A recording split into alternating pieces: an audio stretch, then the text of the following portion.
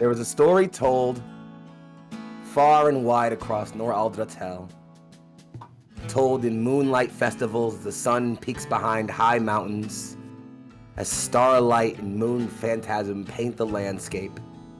There was a story told of a people who said no. And today, we will see how that legend finds its close.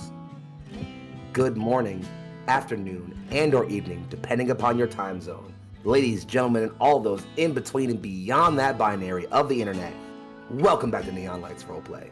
And much, much more specifically, for one final time, I welcome you all back to Under Twilight Skies, our Armor After charity campaign. I am your host for the duration of the stream, Young Foxy, aka Big Fox. I was known as your favorite fox. Not super important right now, but much more importantly than me, and all around your screen here, are 5 absolutely incredible individuals. 5 role players who I have been blessed to share the stage with, and who I think have made this campaign just the most fucking rocket ride I've ever been on. So in the order that I call you out, non-specifically, please tell people who you are, who you're playing today, and where they can find your cute asses on the internet. We're gonna start right there in the middle of my Discord, and maybe in the middle of your screen, I don't know where he's on the overlay, with a dear and personal friend of mine, someone who I've gotten to know through this roleplay scene, and who I frankly cannot wait to see more things from. Whatever he brings to our community next, I know will be something incredible. So stay tuned for that. Cheers. Hey Tate, how you doing, babe? Oh, it is me. All right. Yeah, that's you. Oh, hello, Twitch. My name is Tate Washburn, and today I'll be playing Gregarious Black, a sort of magic robot man that is just prepared to help all of his friends all the time, always. He doesn't need to sleep, so he can spend more time making your life better. I respect that. And there are some times that the world needs all shades of people. Those who are valiant, those who are just, those who are capricious, those who are shrewd. And sometimes all you need is that one person who just wants to make sure that everyone's okay. And I respect that. Sliding on and moving past that to someone who I've also gotten to meet through this sort of collective TTRPG space we are recently, honestly, and in the short time that I've shared, hell, maybe 3 or 4 tables with them already, I've come to see them as a fucking force in this. But honestly, if you're anyone who's anyone in this space, you should already know who this person is and how much of a fucking incredible force they are here. So I don't know why I'm introducing them. Hi, Glyza. What? Hey, that was it. No. Hi. I am Glyza. I go by they them. Today I will be playing Mahalina Happy for the first time in like 3 episodes. So this is the 4th episode, and they're gonna be happy for the first time. So that's gonna be weird. I'm everywhere on the internet, but you can just find me by looking for me on bio.link/classicalglyza to see where I'm at or whatever it is I'm doing. Or you can just go to @classicalglyza everywhere on the socials, but especially Twitter, because I do make all of my announcements there, and I'm kind of funny, I guess, whatever. I also post like selfies if you like that. There, @classicalglyza. I think you're pretty fucking funny, personally. Thank you. We love to see Mahalina happy, a life filled with torment and literally giving yourself to a cause. It feels like you might just deserve that, if you ask me. We'll Moving see on and beyond that, it would be nice, wouldn't it? Moving on and beyond that to someone who, again, I say I met through this collective creative space of ours, who I have had the joy of sharing not just tables with, but long and personal conversations about our creative processes and the ways in which we view and break down media. There is not a thing that I consume these days that I don't immediately go, I want to know what Vermin thinks about this, because the way that your brain works is always so fascinating and so elaborating. This incredibly intense cosmic essence of knowledge and wisdom and creativity that I find myself delving into so very often. Thank you for that. Hello, legendary Vermin. Hi. Hey, y'all, I'm Legendary Vermin, and also extremely flattered. Tonight, I will be playing, Hyphaea, aka Hell. And, Hyphaea was dead, or Hell was dead, and then Hyphaea was alive. And she's just really excited to be back, finally. Thank you all for being here. I'm really excited to continue the fight that we started just a few months ago against victims of state violence in all its forms. That is such an important thing to remember. I think it's very, very, very, very thematic that our martyr figure, our symbol of revolution, is the one that reminds us exactly all why we're here at this table in this moment. So thank you very much for that. And trust me, we'll come back to that in just a moment. But before I get there, we swing right around the table as we have only 2 intros left to give. Someone who I have met through circumstances that in the long run would see things that create complication and maybe even some pain in our pasts. But if I am grateful for the things that I have been through, I am grateful because they brought me into your presence. And I think if nothing for nothing, and maybe this is selfish of me, maybe this is bigoted, or maybe it's unbecoming of me, but it has been a fucking joy to be the GM for campaigns that have seen you elevate your roleplay to levels I have not seen before.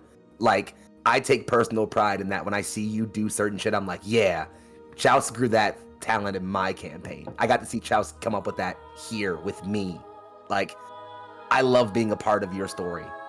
Hi, Chouse. One of these days, I'm gonna learn how to accept compliments, and it's over for you, fucker. Fuck. It's center square, ladies and gentlemen. Center square. Ah, fuck.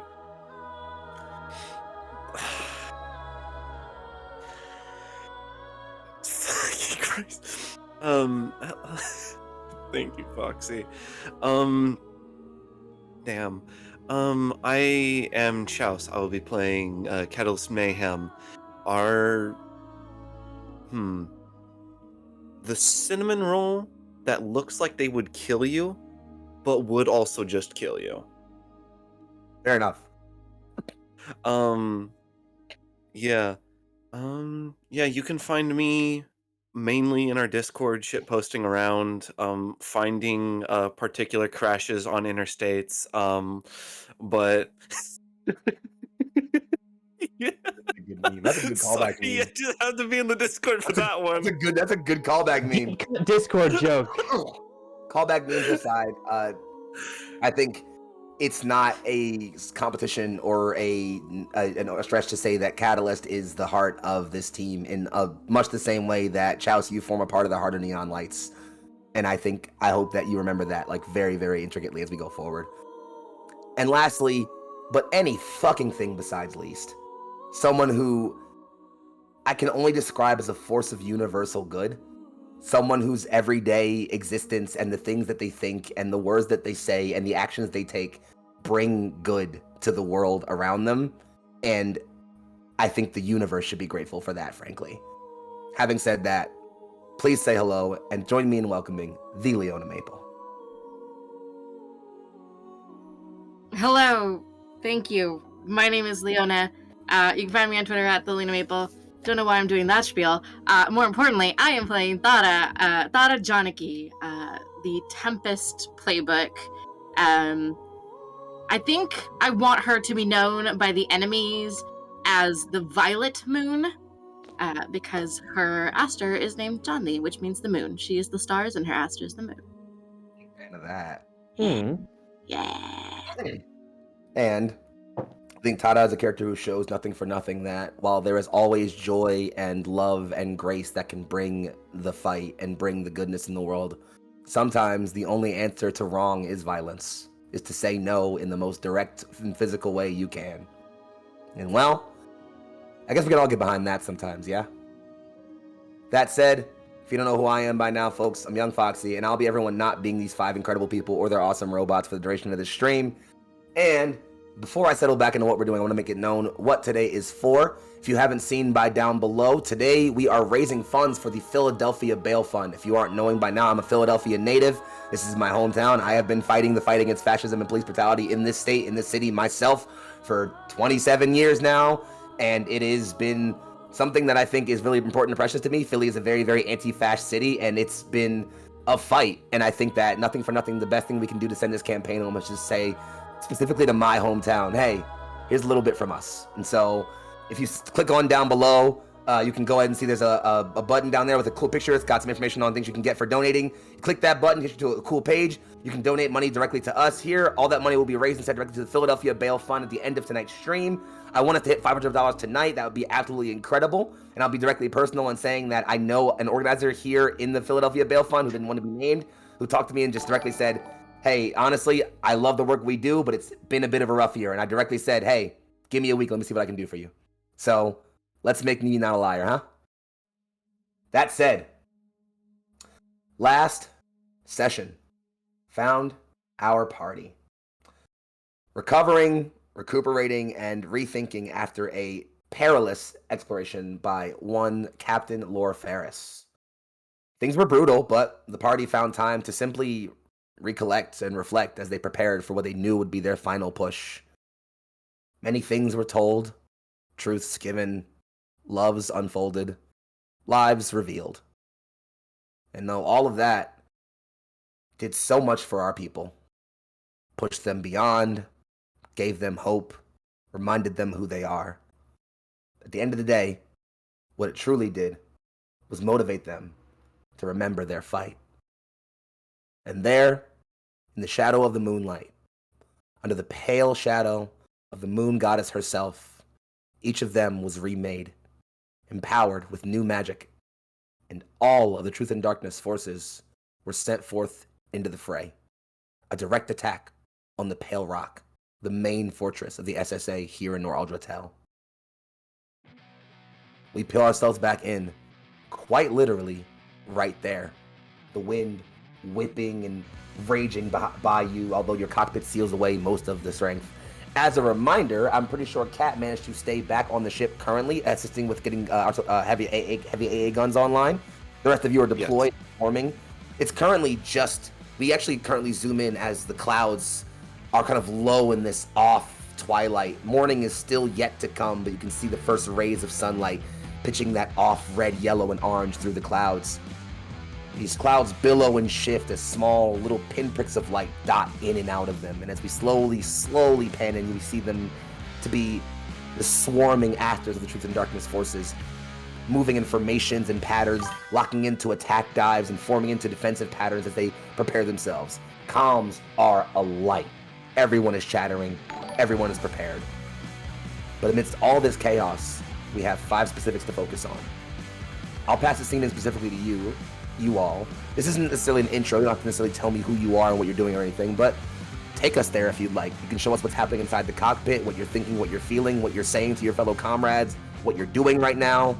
Just take us there as you all move towards what you know again will be the last fight you take on this planet, or in this scene.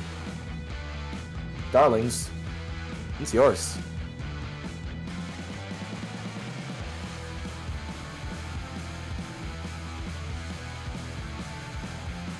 Nobody wants to do it. I'll do it. So, we see briefly inside the cockpit of the Merciful Sister, Hyphaea's mech. Her hair is pulled back, her eye patch is glistening in the low light of all of the magical feedback arrays in front of her.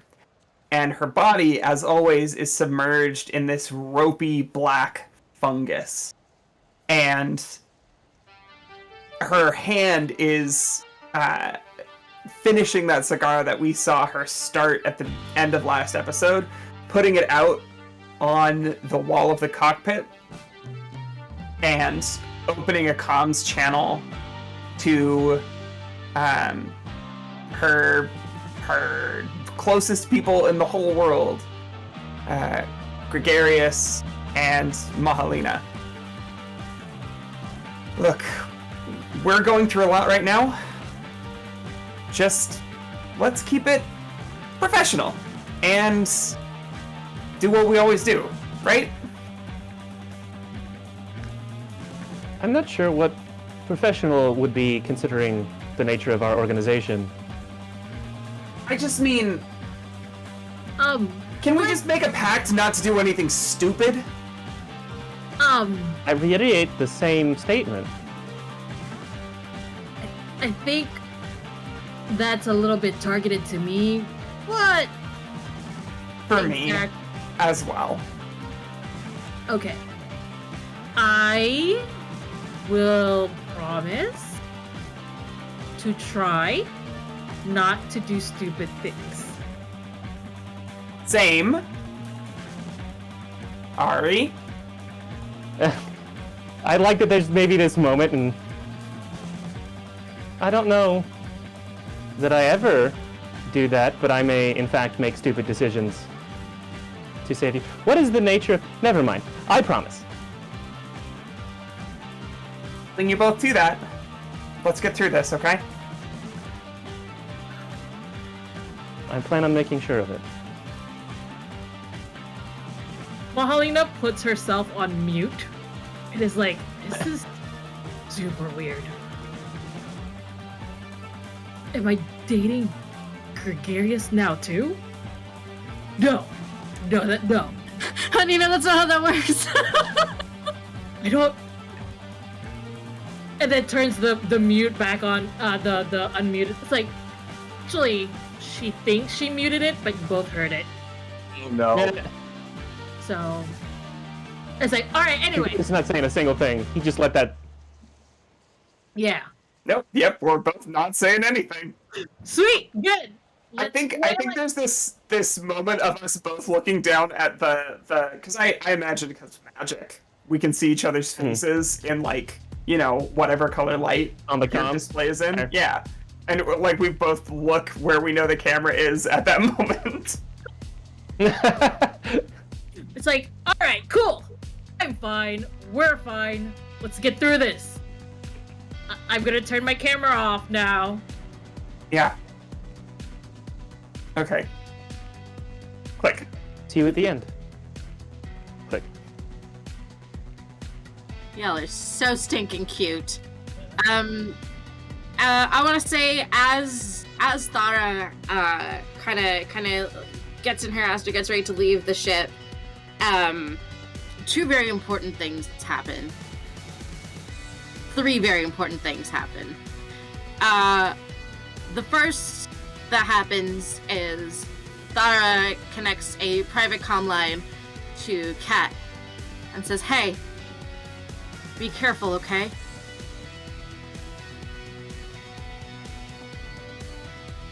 I'll be fine, dearie. It is you I am worried about. It is you I am worried about, so shut your mouth. I'm on the ship. Well, stay that way. Well, first of all, you're gonna need air support. Second of all, this coat of paint ain't gonna dry itself. I'll see you soon, okay? See you in the skies.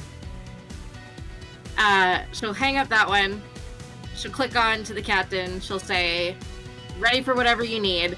Flip that right off, unless the captain has something he wants to say in response to that, but I don't know if he does. Captain, who is currently on the bridge, just checking a couple of things and just, you know your job. Keep those dumbasses in line and yourself alive, yeah? You got it. Go light 'em up. Perfect. No instructions to keep us alive. Noted. That's their own jobs.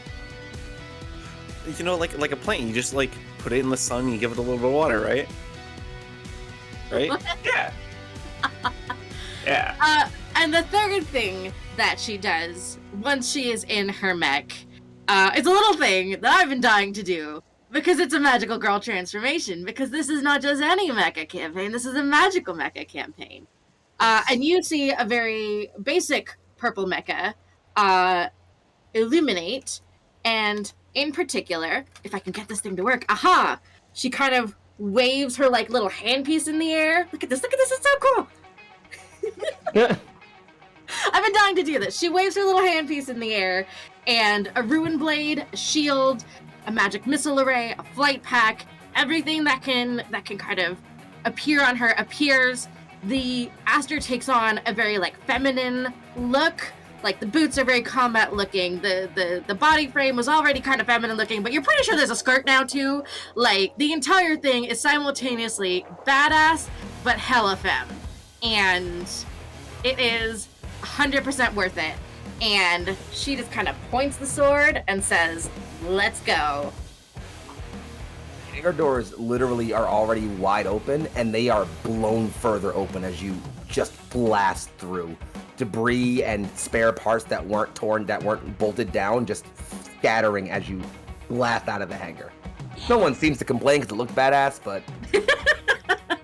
Listen, we're all a little extra today. Like, we're all a little amped up extra today. It's okay. Absolutely, no question. We cut back to the crew, everyone now lining up as you all, the rest of you watch, the three of you already deployed, watch Tara soar overhead of you. You've all flown roughly using that same zipline method you've used before. Tara's the only of you really fully used to full flight. And so this is just like swimming for her. It's natural. But so as she sort of passes over and the rest of you are all linking up, the squad falling into perfect line formation, and the three of you still bickering about your relationship status, comm chatter cuts in over for all of you. Just, we can figure out our love lives later. They're coming in. And just behind you, the cloud literally... Channel? Just behind you all, the cloud cover parts as a huge blimp begins to come up from below, and Truth and Darkness surfaces. Its guns already going off, firing off weapon fire and cannons in every direction. As you can already see, bits of red, white, and black light already beginning to hover and shuffle around towards you all. It's effectively time to go, loves. You all notice enemy mechs are already pouring in. You can see a collection of those standard SSA Asters pouring and diving in at you all without too much concern for anything else, honestly. Others are already scattering to begin firing at the ship. You notice their attack patterns have to get diverted immediately because of the anti-air fire being put up. So all of them you're already seeing holes being opened up in their lines for you guys to charge into. But as you are looking forward and seeing like this cloud of mechs come at you, a single, I guess, collection, 3 specifically, pinpricks of bright red light come clear against the cloud cover and begin arcing and angling down at you. You know who they are before the sensor pings even tell you exactly what they are. There are 3 Hellion Division mechs here to fight you all. You're certain one of them is their leader. I think before they're even in range, I want to start taking shots, but... I mean, you got the sniper weapon, yeah? Yeah. All right, take us there. Good to see that the cavalry's not waiting till we're tired. We get them fresh. Excellent. Do I already know their approach so I can counter it? You've studied them enough. You know it's profane. Alrighty, then I am definitely, I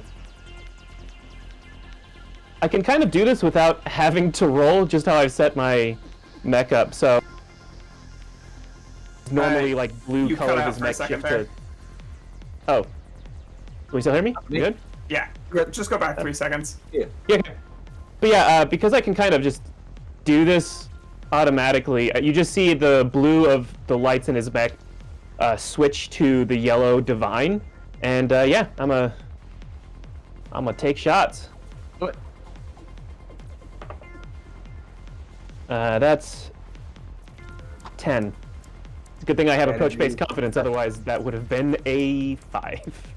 Well, we're glad that worked out. So, So if you're rolling your standard, exchange blows, are you trying to inflict... Give me 1 second. Yeah, at this range, where I'm really the only one who can engage with them, I'm just trying to do some damage before I have to instead help my friends. This is just... No problem. Center of the formation, whichever one that is.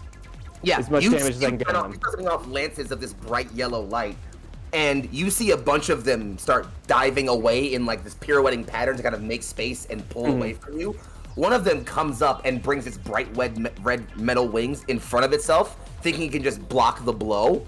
It glances off, but it goes spinning like it didn't take that much force. You'll see it land, or like not land, like stop itself with the wing buffet. A hiss, a screech enters all of your comms, and that would point, and that one, you'll see its finger point directly at, not specifically you, but almost like it's pointing at your rifle. Kill that one. And you'll see a bunch of normal asters begin just diving into attack patterns towards you, Gregarious.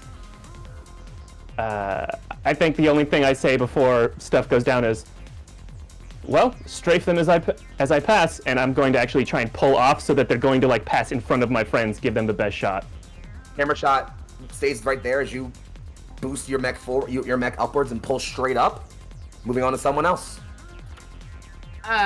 Speaking of taking shots from a distance, I do have a magic missile array, which is a sniper thing, and I'm thinking if we're at a distance, that might be a good thing to kind of let off right now. To kind of sniper them before I get into too close. What do y'all say? Leading with the tomahawks. Yeah, as long as you're all fine with it. Yeah. Badoo. I'm pretty sure that just counts as what's it? Clashing with the enemy? Exchange blows. Exchange blows. Roll plus clash. You sure are? That's the game plan. Aha, I'm good at that. Don't forget to advance gravity clocks as you exchange blows. You have any yes. Yes. I think mine are. 13? Yeah. That's more than good. You can either give them a risk, or you can take a risk and put them in peril. I will take a risk and put them in peril. Oh, you set off a flare of magic missiles that, like, as they're all trying to, like, you can see them start like breaking into the like, wild zigzagging patterns trying to dive around you. A bunch of the normal SSA actors clearly aren't nimble or fast enough. They get caught in explosions. You can see bright purple spheres of energy just pop up as you begin to trail explosions around them. Eventually, the trail explosions catches all this gathering of Hellions, creates this massive cloud of smoke. You clearly damaged them, at least one of them sufficiently, given the way the explosion sounds. As you're all watching this cloud, a shrieking black and red bolt comes peeling out of it as one of them boosts forward and grabs onto you, Tara. You are now taking the risk engaged, as one is directly engaged with you and grappling with you. Okay. Let's take somebody else in. I can go. I'm going to use the move that I just had, the bullheaded, where I take a risk to take advantage on my next roll. So I'm just gonna like, completely forgetting the promise that I had made. Just full on move towards the closest one and just fly there because I can fly now. It's great. And who's nearest? Less obstacles between you and danger. There is, I would say, the enemies that are nearest to you are mostly just a gathering of regular SSA mechs. Two squadrons of them are converging on you from left and right. The Hellions themselves, the two that didn't charge at Tara, are still kind of in that cloud of smoke, so you can't exactly tell where you are. You know they're close though, so you could probably either charge into that cloud of smoke and go for one of them, or if you want to just like engage the chaff, you could just go for the regular chaff. There are a lot of them though, so they might swarm you. I'm gonna go with the chaff. Let's do it. That's what I do. I'm gonna use. I'm going to fly towards them and use my ruin blade. It's a melee weapon or whatever, and just sort of clash, I guess. Right? Yep. Go ahead and roll. If you're going for these two squadrons, you can go ahead and go ahead and roll strike decisively. So you're still gonna roll plus clash. Okay. That's 10 plus 2, 12. Do I add anything or no? We're good. You don't even need to. You have your Phoenix Fists out, and a quadrant mech come towards you. One has a rifle. You duck under that one and like smash the rifle aside. It shatters into pieces. The mech backs away as another one comes up with an axe overhead. You literally grab that and the other fist, shatter it, and with that first fist, peel your arm back. We get a cut into the cockpit of that mech, and they're just like, no, and then your fist smashes into it. It explodes, and violent magical fire ripples out in a shotgun pattern behind it, 3 or 4 more mechs get caught in it and just explode in a carpet bomb pattern. That whole squadron's wiped out. You can hear Mahalina like laughing maniacally because she forgot to turn off mute again, and she's just like, "All right, that's my." We swing around next, as I believe we only have maybe 1 or 2 more people left to hit. Someone else take it. So, how is the bad evil mechs, the worst mechs? How are they doing as a collective? Still a little more room for risks or perils on them.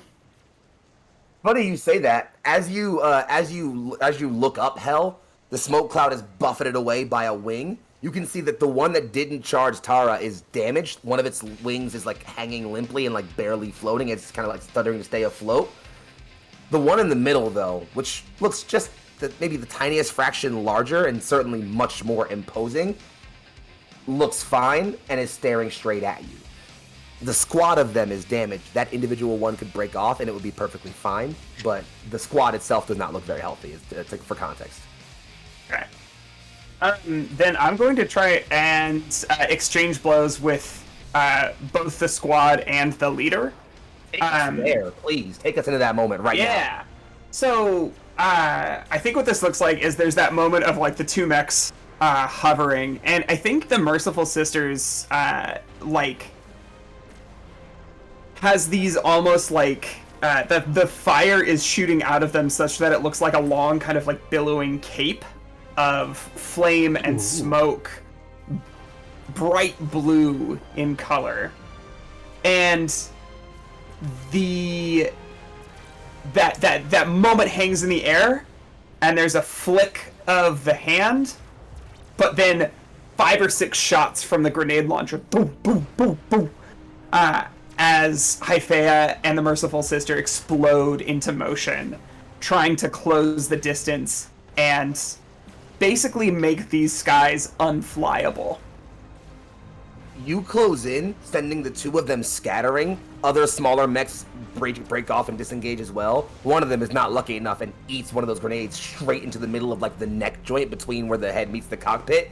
That Iker that you kind of leak out with from your grenade blasts into like the cockpit from the top. The pilot just slowly being subsumed by it before it hardens and sharpens, and that mech just stutters before exploding.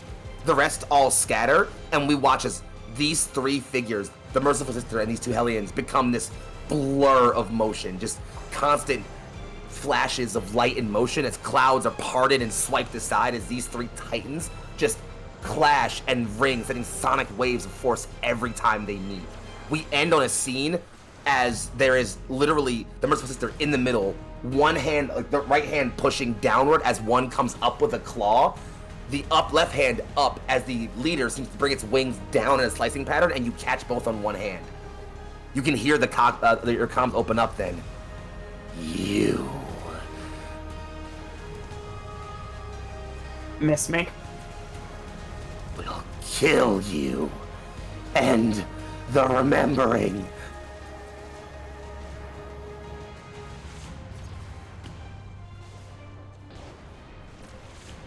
I spent enough time running, and I don't need to run from you anymore. The ends of the fingers of that lash on the Hyphae whip wriggle from the top where it's kind of pinned, and then flick their way underneath some of the plating. And I know there is still a person inside. I rolled a 10 because I can hear the screaming over comms. There is a literal horrified screech as this larger one is just being literally ripped into, its body splayed out as energy cackles and like tears through it. The one under it immediately bats your arm away and then swings around as if trying to free his partner. And it's started to come around and circle around like it's trying to attack you. It's looking 2-on-1 right now, but we will come right back to that. I'm giving them a peril, and I'll take a risk. You got it. I rolled a 2, and then I overheated. So I rolled a 10. Got it. Mark that down. We then have one last person to check in on, who we haven't gotten to see what they're up to right now in this fight, as it were. As we watch the Truth and Darkness come up through this, mechs are swarming around it. We watch a trio of SSA Asters swing through with their rifles high and shields raised. Come around to the left. These airships have no rear fire arcs. We can take this down from there. Go for the engines. They turn and pull over. You can see one of them almost cockily just open comms. Listen, this one's sounding like Sergeant all of a sudden. He thinks he's already got that promotion. As that mech comes apart in a hail of light anti-air fire, as two turrets from the side rear of the Truth and Darkness start sweeping small bolts of profane energy from the crystal, tearing into the squadron. Just, what the hell? This thing's outgunned! And then another one are just torn up in hails of fire. An arm and a leg and a head and then a chest exploding in force as these mechs are ripped into shreds. And we cut inside to watch the fire control system, where several different engineers are working on handling consoles, but there's a central panel wherein one person is meant to coordinate all the fire of all these guns. There's only one person we can find there right now, obviously. Take us there. So Kat is currently at that console, just making sure that like the crystals actual information that it's gathering from its nearby surroundings are actually getting coded into the fire controls correctly, and that they're actually hitting their targets while cutting fire where necessary to allow friendly ships to pass, and then just keeping up the barrage. So it would fire, stop where a friendly unit would be in that way, and then just keep on firing to help minimize losses and stuff. And so currently they're let's see, do you want to say how good it's been going, or should I just roll for that? Or, that's all you, baby. Yeah, got a 90%. So yeah, it's going really good for them. Just damn, this thing can shoot. Yeah. It's incredible. We even get a brief parting shot to a squad of Truth and Darkness actors that are trailing a squadron of SSA mech and trying to get a lead on them. One of them comes in and just says, "Yo, watch lanes of fire. We're too close to our own ship."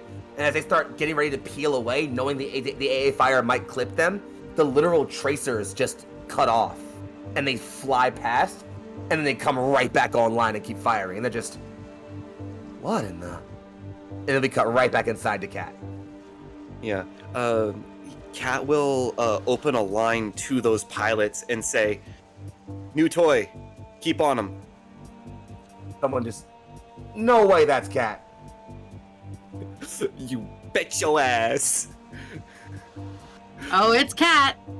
And you'd expect a snide comeback, maybe a sharp comment, or even something a bit cheeky, but they just,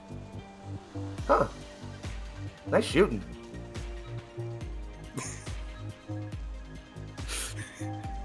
Right, Tootin'. I'm sorry. That was chow. Yes. Don't be sorry, I love you. We carry on back around as the rest of you, as we sort of follow again along as we come back out of the Truth and Darkness, following Kat, staying on these guns. Kat, you are watching the lanes of fire, watching how things are clearing up. The Truth and Darkness is keeping pretty clear. Damage is well within operational procedures. Right now, you've taken no more than maybe 4% hull damage. The amount of targets in the air does not cease, no matter how many y'all shoot down. There are just an endless number of them, and it's they don't seem where previously you could just note how you could keep off squadrons of them with traces of fire, maybe pull them away and open up fire lanes. That's not happening anymore. The literal noose of control they have around you is just slowly closing in, but it's not they're coordinating this as much. It's almost just it's they've just stopped caring about how many losses they take. They're just throwing themselves at you. We follow as this happens past Tarda, who is literally still dueling with this larger Aster. Literally, a smaller one comes and flies between you two, forcing you two to separate. You watch as that one gets caught up in anti-air fire and exploded. The dust clears. That Hellions literally straight in front of you. Its faceplate cracked and damaged. Its claw still ready to go. It's on you. If it's on me, well, I have a Ruin Blade and a shield, so I'm gonna do the melee thing since it's right up and personal with me.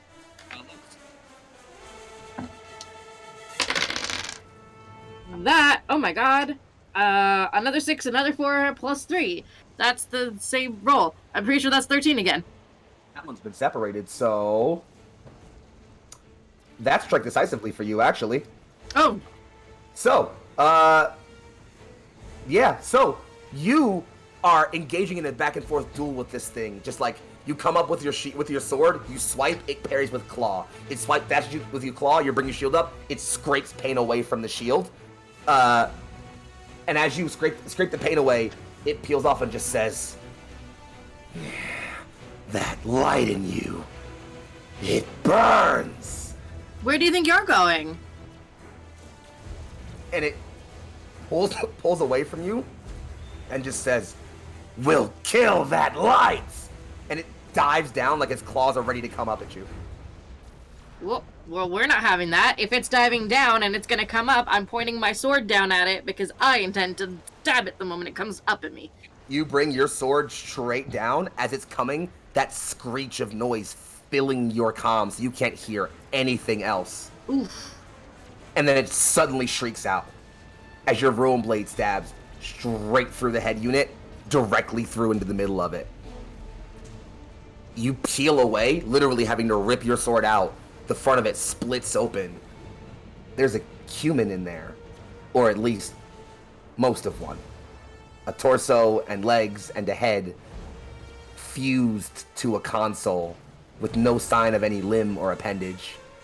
There is a wide gash directly across the middle of them where your Ruin Blade pierced them. And the look on their face is contented. Your comms crackle open. Thank you. I'm sorry for whatever they did to you. And the comm cuts off as that mech depowers and starts to plummet down to the earth. She almost wants to put out a hand to it, but she knows it's like that juddering motion of like half an attempt to like reach out, but it's too late and it's just not even worth it at this point.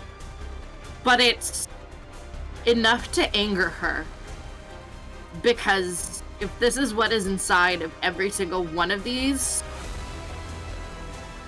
my god, it's just... You wager the Hellions at least? Yeah. This is how they're made.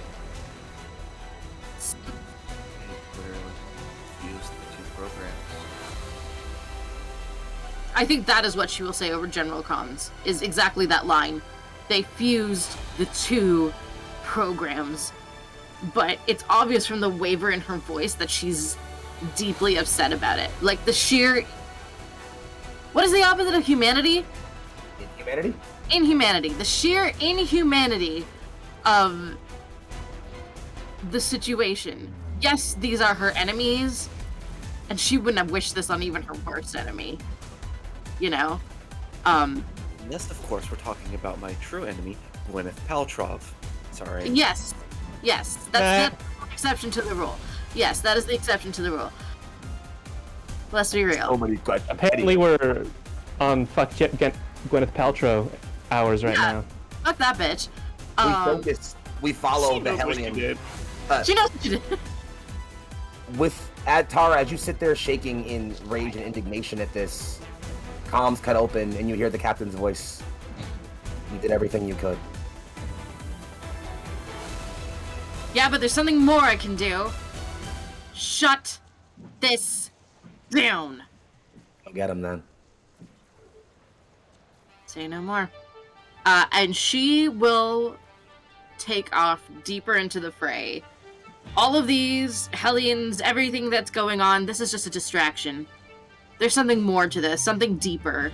And she's following that gut instinct of like, what are you trying to distract from? What are you trying to... Why are you all trying to exhaust us? What are you hiding? Responding to that thought, that need to push through all this, as asters begin to kind of come up and begin to intercede you, Chodney, the flight unit, begins to whir, those flight back panels popping open as cylindric boosters come out yet again. And where before these things powered on and boosted you forward, that the white noise and the pure magical light that erupts from these is such that literally the boosters can't contain it. Other places and panels all over the flight unit begin to split and see these blaring white as Chandni forces everything they can through the boosters, and you become a literal shriek of white light. Nothing can keep up with you. Let's go. There's one other thing that I want to do just before I take off, if I can.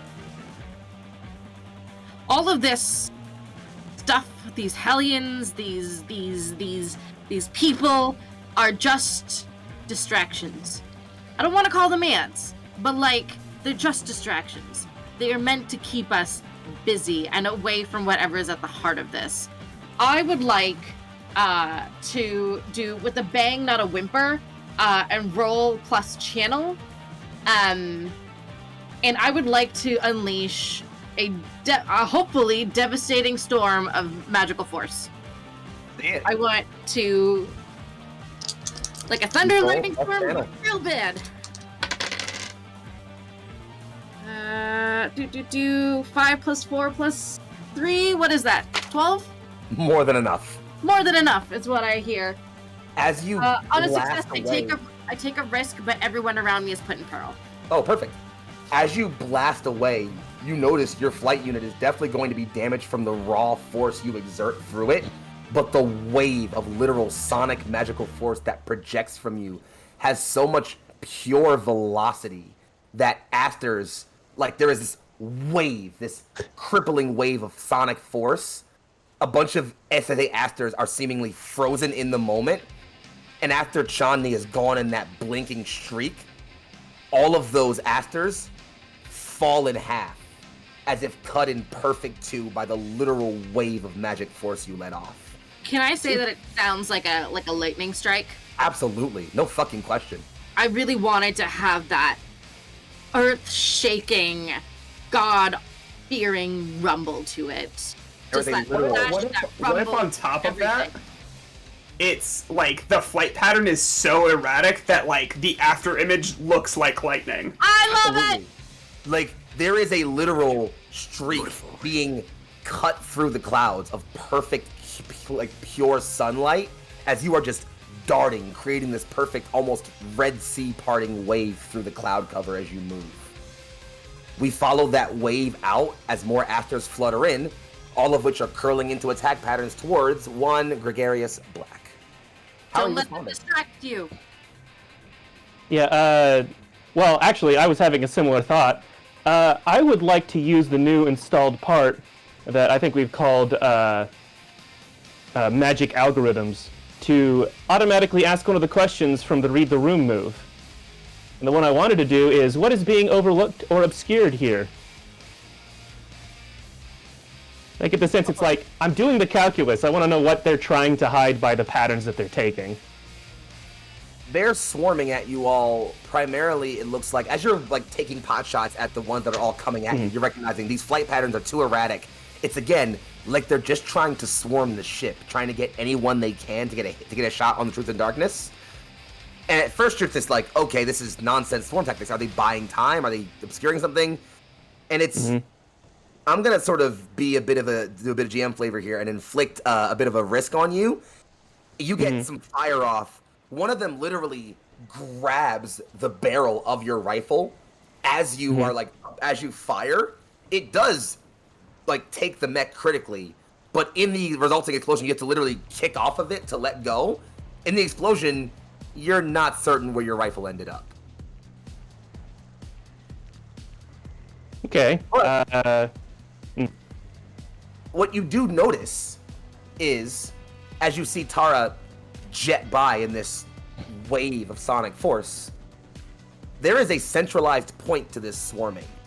They are all pushing outwards and away from something. Not like they're running from something, like something or someone is surging them. Am I right in assuming that basically means like the rifle is gone, or is there like a thing I can do to get it back? Just as a question. You might get it back. Right, as for right now, it's gone. You don't know where it is. Okay. And you're in the middle of the air, so it probably is falling, but that doesn't mean it's gone. You don't know. Yeah, then I think noticing this thing and realizing maybe it's not the right time to go looking for his gun, Gregarious is going to pull the handgun from his side. He's just going to take that risk and probably call it unarmed. Anyways, and two comms be like, say to everyone, I found the center of their formation. And I'm going to fly right at it, and something that gets in my way, I'm going to actually use my bladed limbs to take them out. Anyone between me and there. And go ahead and roll plus flash, please. Yeah, Cat will respond to that and just ask you how big. Unclear. Maybe I'll answer when I get there. Also can assume that I can adjust my approach to whatever comes up to me, since I can... Well, don't forget we have the big cannon up here. Yeah, I got 11. With an 11. Again, with approach-based confidence. Yeah. With an 11, you pull out your bladed limbs and start literally jabbing at asters that are coming, just creating this literal, almost dervish motion of blades and limbs as you are just spiraling into patterns and cutting down asters that are coming at you left and right, removing booster packs, cutting weapons in half, removing optics, tearing open cockpits. I have to imagine he puts a hand just directly through the center of one, and he's just like, I hate getting my hands dirty, as he just lets that drop and keeps moving. That one falls over and starts to keep plummeting towards the ground. The fight keeps pressing on, and we find ourselves following next, again, moving closer into that swarm. Mahalina, you were certainly immediately aware of the thing Gregarious was saying, that there's a centralized point to the swarm, as you're further in than just about everybody else except maybe Tara is, as she's zipping right by you.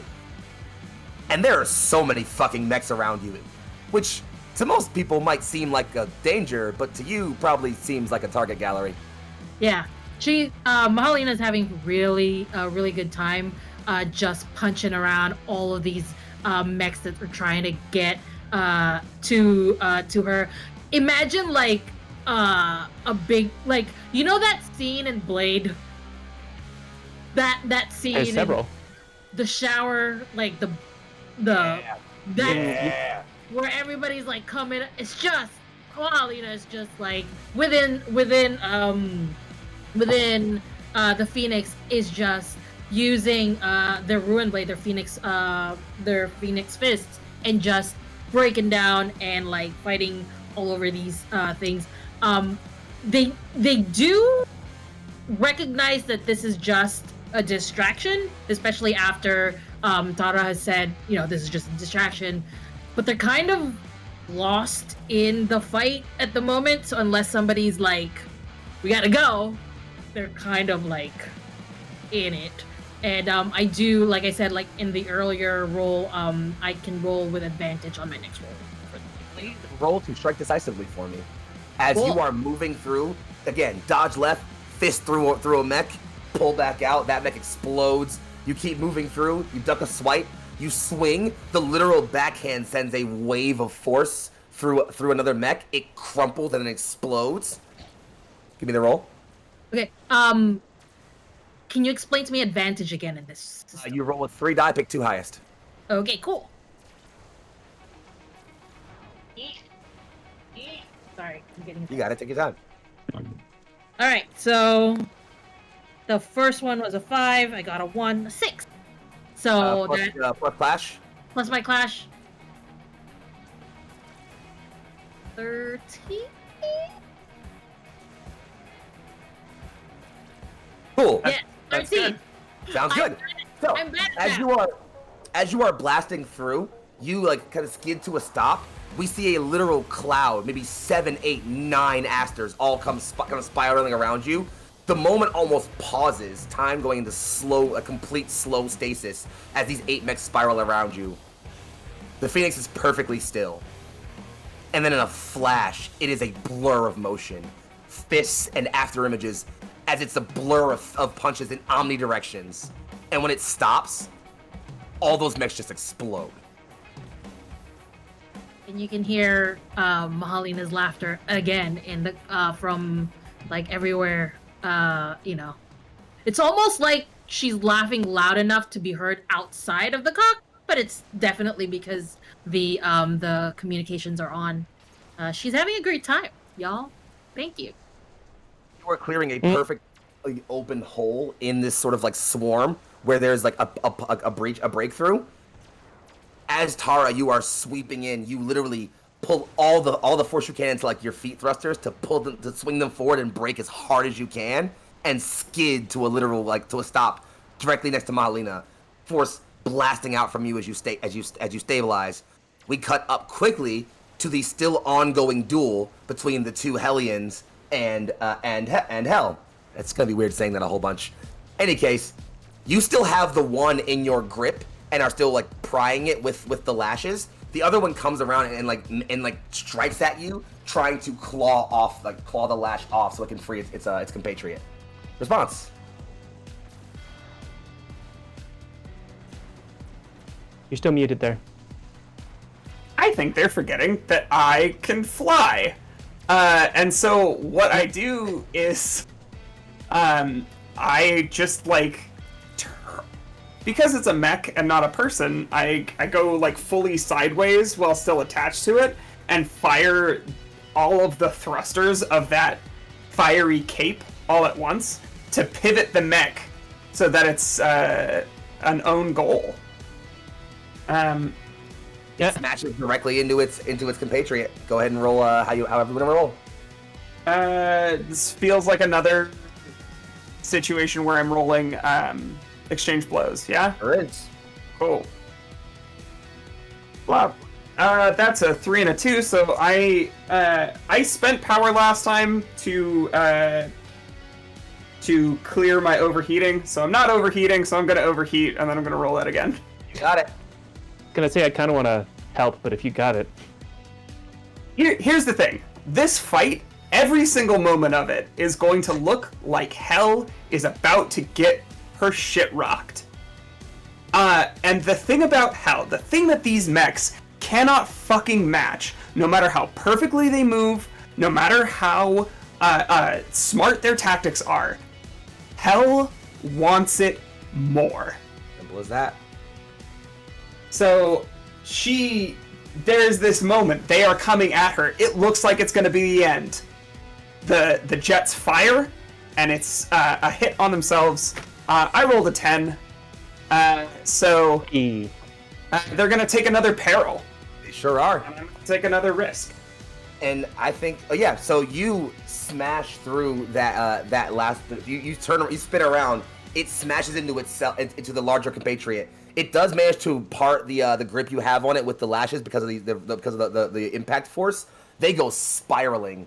The larger one spins to a circle and again buffets its wings to stop itself, points a hand forward, and the other one goes spiraling into attack patterns, clawing and trying to dash at you in circles. You are able to literally put the whip up and create this almost dome of defense as you whip it into circles around you, and it just can't seem to pierce that no matter what angle it comes from. It's constantly dashing at you, and finally you get it comes and as you kind of come around and lash into it, you get a hand around its arm. It rips down, it pulls, tears that arm off, and still reaches forward to grab on you. It pulls in and now has you gripped close, but you recognize its plan probably included not gnashing you with the other arm while it had you pulled in close, and it doesn't have that arm anymore. So now, as it has you gripped, it literally is just pulling its wings in and trying to use those to just peck and stab at you. You're now only flying under your own mech's force because it's not trying to fly. Thus, you have to put more power into keeping yourself up. No. Or no. The peril or the risk that I take is going to be falling. Okay. I just cut the engines and I point them at the ground. Fair enough. You are on your way to the ground, and oh, this is so perfect, actually. We follow literally as all the music quiets, even in the animated instances, the music will quiet, as we watch these two literally just fall into a spiraling dive. It is still trying to gnash at you with those wings, tearing off bits of paint and chunks of fungus, just small bits of mech wherever it can with no lasting damage. And as you are spiraling down towards the ground, one, none of you are above a major island right now. Some of you maybe aren't even sure how far down this goes. And as you start spiraling, we see literally the crusts of one of the major islands in Nor Adratel on just behind you all as you two begin spiraling down, as we watch, and then slowly, as you descend, something from the right, bright black and red, smashes into the pair of you and sends whatever this tangled mess of mechs is spiraling through the right, smashing through one of the side walls of the Pale Rock itself. As we look up, the Merciful Sister is okay. You are on the ground in this massive open hall in the Pale Rock Fortress. There is no light on, but there is slowly sunlight creeping in, showing what looked like in the back massive cylinders of some kind with a slightly growing liquid, filling them to about half, maybe a bit more in some instances, and that's about it. The Merciful Sister is literally held in a neck grip by the hand of the leader Hellion mech, its enlarged black talons swelling with bright red energy, as its hand literally went straight through its compatriot. The smaller Hellion twitches and stutters, and then just falls over.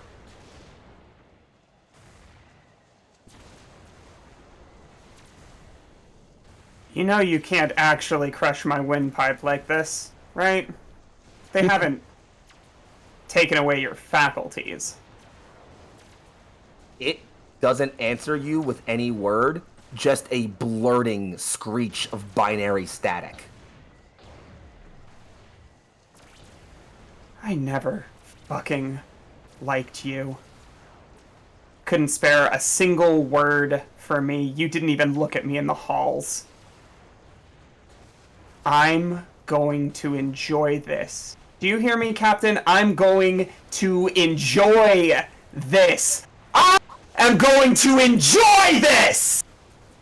And the legs of the mech kick up, wrap around the arm of the mech, and, grab it and try to remove it.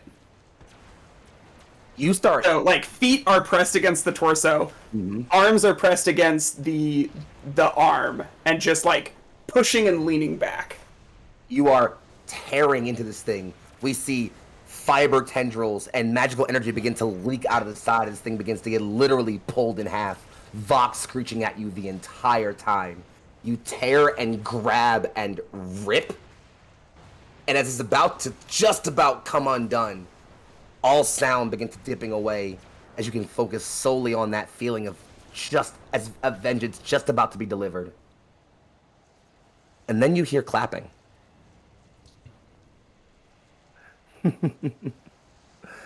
Marvelous.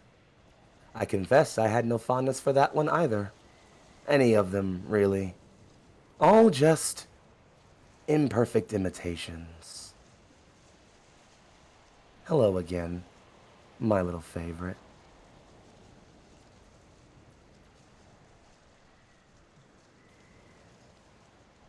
And just at the edge of that large chamber you can find yourself in, standing still as if they almost expected this, is a human, still shaded by the darkness. The voice, however, is entirely too familiar.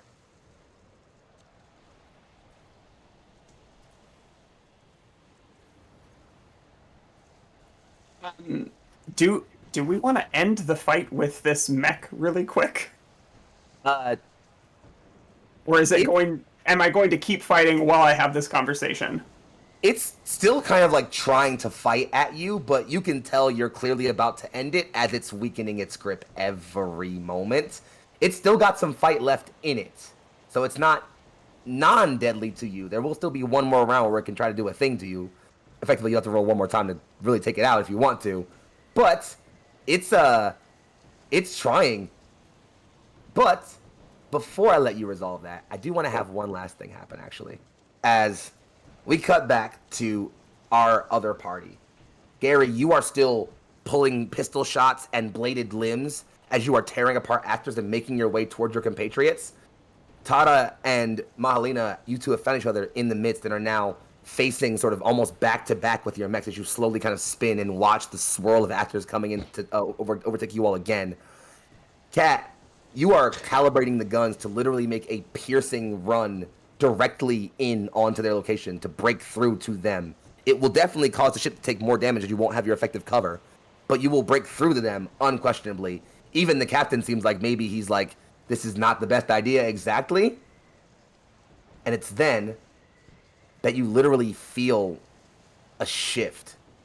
Kat, you've been on the ship long enough, you would probably almost think like, oh hell, did an engine just give out? But it's not tilting, it's crush force.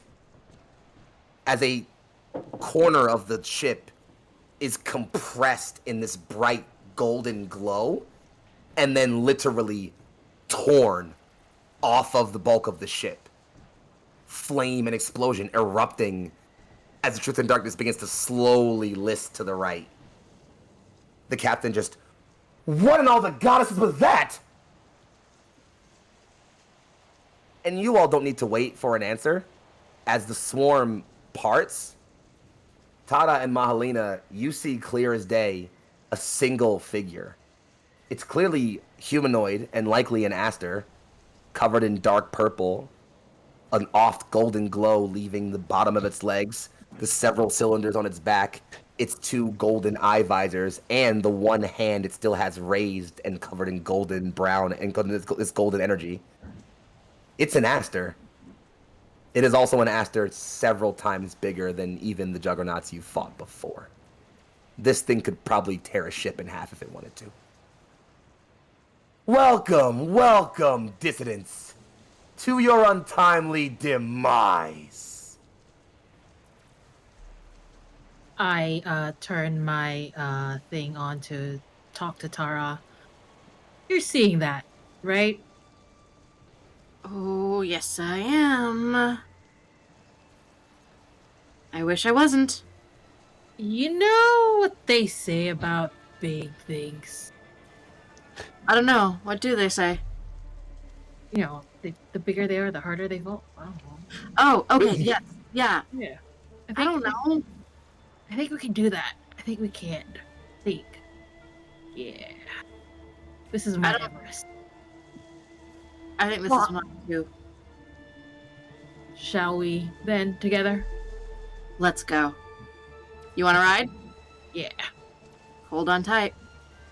And I do grab onto Chandi with the Phoenix grabs onto Chandi to see, you know, how fast we can get there. Mastering Zoom whatever force you can with the remaining jump pack, you blast through Asters, closing in on this large, imposing purple figure. We cut inside the cockpit to see a woman sweep back hair as she lays her hands on the console, and how long it's been since I've set foot in the theater of war. How I miss the clashing of guns like drums, the press of blade like purpose. Come then, little rebels. Show me what you believe in. We cut back out as the mech is making that same gesture as the two glittering signals of Mahalina and Tara's mechs slowly close in on the chest. And with that, we will cut to a very quick break. Hey. I know. And we return. One final fight. One last multi-stage conflict to bring an end to the SSA's grip on Nor Aldratel. We enter on a sprawling battlescape explosions and asters zipping and dotting about the cloud line. We follow on a direct downward velocity, increasing in speed, as we follow one gregarious black, more specifically, their weapon, which we can now see is actively free-falling. There are still asters swarming around it. Most don't seem to recognize it exists, but at least one does, and says, well, what in the hell is... And they pivot, like they want to bring their mech down to start looking at it, and as they're on their way, you just see a blade stick out of the back, from the back of the torso, and then retract. As Gregarious jumps off, and there's a slow fall as you are moving towards your rifle, and there are still several asters still piling in at you. Some are grabbing at you, some are going for your rifle. It's a mess. How are you responding? Yeah, I think that in Gregarious' mind, there's this like mental calculus going on at any given time. I guess in his case, literal calculus of just how likely is he to get hurt? How likely are his friends to get hurt? What tools does he need to prevent the second one? And that's the complicated risk reward. So I think in a moment we just see this complicated mess of like math and variables slinging by, but that main equation stays on like the very top. Numbers calculate. And yeah, he's flying for the rifle come hell or high water, and willing to take the lumps that come for it because he needs to get that, otherwise he cannot cover all of his friends. And it just so happens that it's falling in a spot where he can see everybody from. Very close to the ground. He can see into the building and up in the air. So, yeah, whatever I gotta roll for that. I'd like you to roll for me, Weather the Storm. Okay. Roll I think either technically it's cool Defy, off, but I can think whether the storm is Defy? Yeah. I'm thinking I Defy. will roll some Defy. I rolled an 11. Not bad at all. You are able to push through and start, like, as several mechs grab onto you, they are trying to literally tear off pieces of your actor because it doesn't seem like they can actually fight you too well. You get a good two-handed grip on your rifle and bash someone off. You have a grip on your rifle now. You come around and you start like trying to like start taking shots, and then you recognize. If I may, Mhm. I think the scene is he grabs it and then he keeps flying at the ground, and basically he's gonna stop at the very last reverse thrust completely, and that's maybe how he like gets himself out of this. Is that basically he's playing chicken with all these people. Who's gonna stop first? You manage to literally skid, and you still hit. Well, again, it's not really entirely sure how far down like the area beneath the mountains of Nor Hotel go. You don't see the ground, but you see peeking above a low fog cover, a spire of sharp rock, and you just flip and burn your thrusters as hard as you can, and you manage to stop, literally still scraping the back of your thrusters and damaging your flight unit. But a bunch of asters that clearly aren't as nimble as you just smash and going up in pieces. Those that actually manage to literally cut the throws fast enough, 3 or 4 of them stop and watch the cloud of dust as their comrades all go up in smoke and think, well, at least that guy's taken care of. Before beams of bright blue energy start coming out of that dust cloud and piercing them straight through at incredibly accurate angles. And they all explode. The dust cloud parting to show that, while literally like a quarter impaled on this thing a bit, you are clearly still very functional in your mech. And then I think we get one quick shot of inside of his mech. He doesn't have a screen. Like, there is no screen to see outside of this mech. He is fully just jacked into all of the various sensors. But you again see inside his head, and there's this like data cloud of where all the mechs are, and just a bunch of them rapidly are pinged red as he's now trying to track everything. And you just hear, "You're covered, go." And we swing back over. Thank you for a very kind donation. We'll come back to in a little bit. Wow.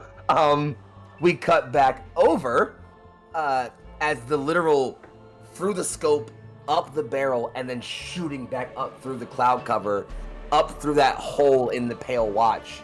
We freeze on the scene that still shows the Merciful Sister pinned under the almost completely now torn in half large Hellion as Dr. Odessa, still stands there watching this. And it's... Sorry, go ahead. Oh, no.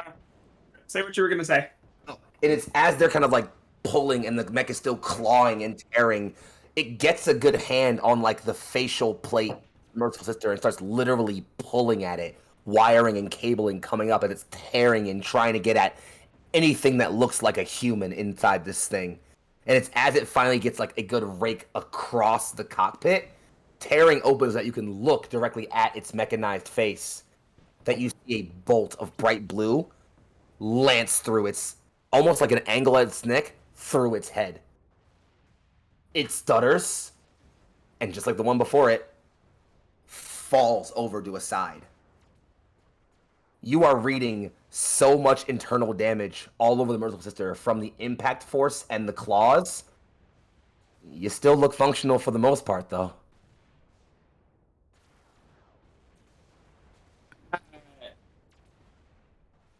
I imagine as that happens, there's a shuddering as it falls, the arm kind of snaps off, and Hythea, the Merciful Sister, kind of like clatters to the ground, and then stands up holding an arm that's spare and kind of tosses it aside.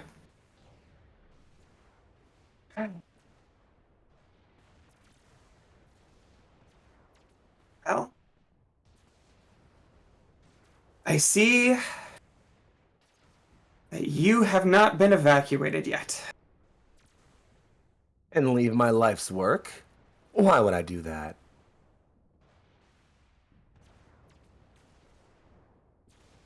All is gonna descend from the canopy, just like the mech goes onto one knee. The tendrils of mold kind of pulling back as she stretches. He cocks ahead a bit. Oh my. I get so used to seeing you all otherwise. It's a marvel to see you with all your parts. Do you think of them as people once they're cut up and What is a rearranged? Sorry, I didn't hear that. What is a person?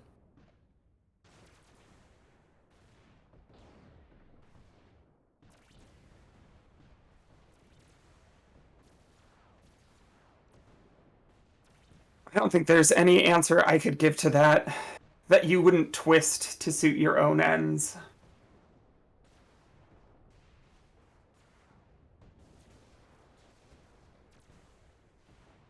Ari is a person. Perhaps. It does not matter. This is not a war of personhood. This is a war of power. And power can only take, consume, gather. There is only so much power a person can have. She starts to step forward. If we wish to ascend, we must be more. You are more, my child. And it's the sidearm that Hythea keeps, and it's leveled at Odessa. Stops walking.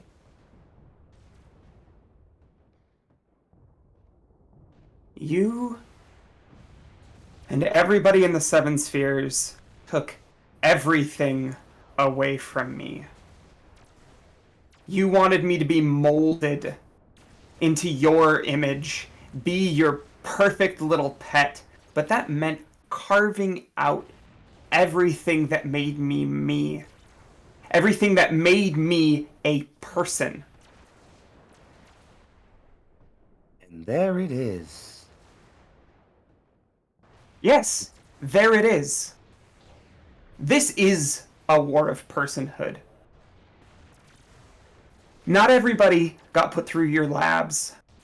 Not everybody got summarily executed in front of a huge crowd while their fiancé watched in the stands. But you have broken them, and you have molded them, and everyone in the Seven Spheres has tried to take away their personhood.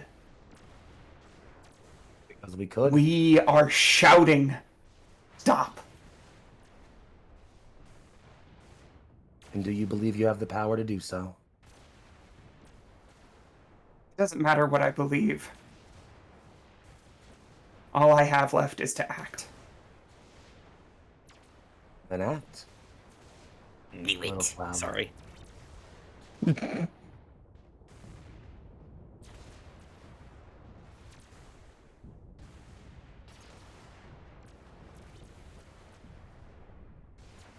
But yeah, Hyphea is going to walk forward. I'm not gonna leave you wasted in some basement next to all of your pet projects. You're going to be forced to reckon with the breadth of the pain that you caused. Why would Justice isn't you dead. Justice is you having to see people forgive you for what you did to them, because they will when they see a face. Because you're going to beg for it. You're going to beg every single one of them for forgiveness.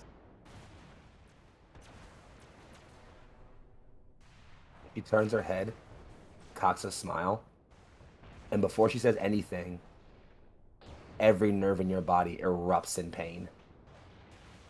And it's not hard to tell what causes it. You look down, and there is a bladed middle talon pushing through the middle of your chest. As that Hellion, stretched out and barely still stuttering, impales you. Will I?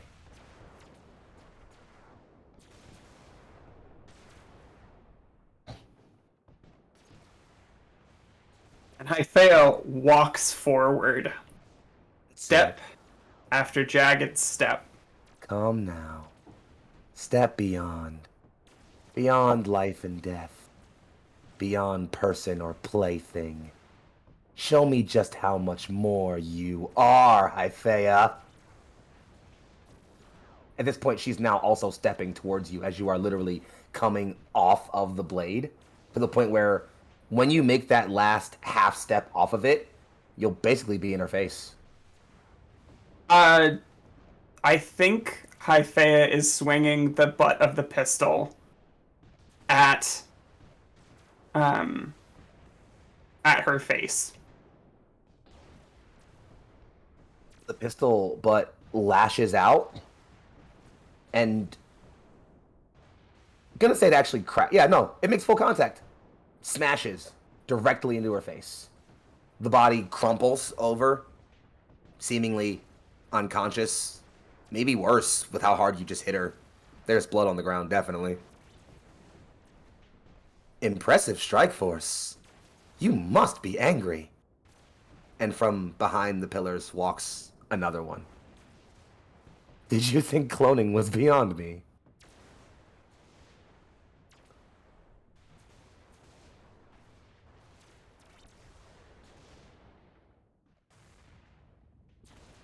Plenty of hands to undo everything that you've done, brick by brick. How many of you are there now? How many times have you split yourself? Do you do yourself the favor of having one mind or many? Do you ever get in arguments with yourself? Have you ever comforted yourself on a lonely night? Did. For a time. When I needed such things. And then I realized I succeeded. I'm looking at the fruits of my labor right now.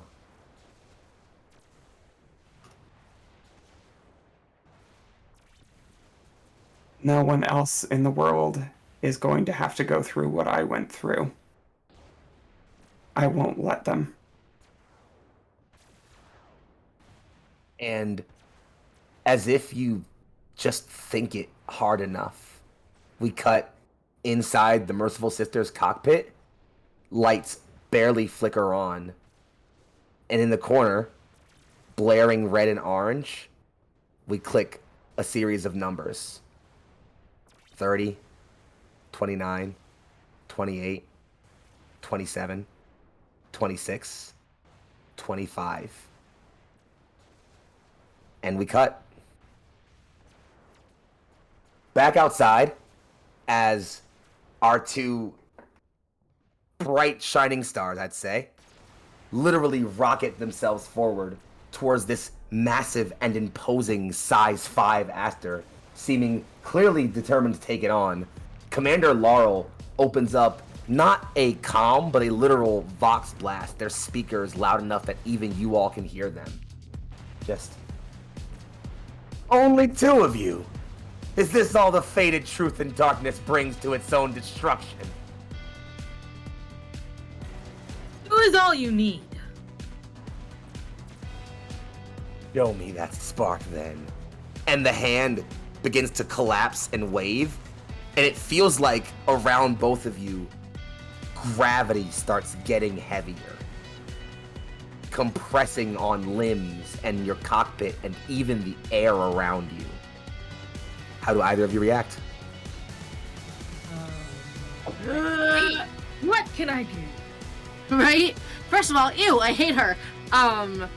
If it helps, I know that Gregarious would do to help. I have wardings There you that go. help at all. I also have wardings that help my hull. Yeah, but does that help? Like having, because I have active warding plus ward. Warding just means that when you are inflicted a peril, you can ignore it and say like, I take off a ward. Okay. Okay. I am going to use my Chaos Revolver, the big thing in my chest, and just shoot it at her, at the arm that's like whatever. Please roll to exchange blows. You're rolling plus clash. Please note that, what's your approach? I don't know where to see that. You shoot somewhere probably. Yeah, it just says when fighting on foot, my approach is profane. Oh, then in your mech, it's probably... It's based on your mech. I don't... You just kind of pick that when you pick a mech. In your core. Look at your core. Oh, my core? Oh, occult. Sorry. So what do you... That's what are the options for a call? It should say like you have 2 approach options. It should be like profane and probably something else. I think I chose profane. That makes sense. Okay, in that case, go ahead and roll your 2d6. You are going to roll with disadvantage though, as their approach is divine. Alright, sweet. Oh, no, you just go with, I can't remember the opposite of confidence, but just it means 6s or 1s, I believe. Oh yeah. So roll your 6s or 1s. Okay. So basically just roll 2d6 plus clash. Okay, cool. Well, that's great. 5, 6, 7, 8, 9, 10. All right. With a 10, you can either simply inflict a risk on them or give yourself a risk and inflict a peril. Yeah, I'm gonna give myself a risk and give them a peril. All right, mark that risk. As you start coming in, blaring at them, the crush force manages to literally smash one of like the wrist articulators on your Phoenix Fist. It crumples a bit, but it's still mostly functional as you power through it. You come forward and blast at it with a Chaos Revolver. It puts a hole straight through like one of the arms of this thing. It looks clearly damaged, like you can see sputtering and magical energy coming out of it. You should take the risk. I'm gonna go ahead and call it disarmed, but it's not really disarmed effectively. It's Okay. just your arm is damaged effectively. Okay. Kara, what's your call? Still low-key kind of struggling to figure out what I'm gonna do. No. I know what I'm going to do. Let's make it happen. I would like to, what's it called? Like, weave magic? Yep. I believe it's called Ooh. weave magic. You got it. I want to weave magic because I want to create a force field. If she's attempting to crush us, I want something that's pushing back against that. Need you to roll plus channel. Also, if it's relevant, I use Arcane, if that helps. 8. 7 8. You succeed, but your spell is twisted in an unexpected and dangerous way.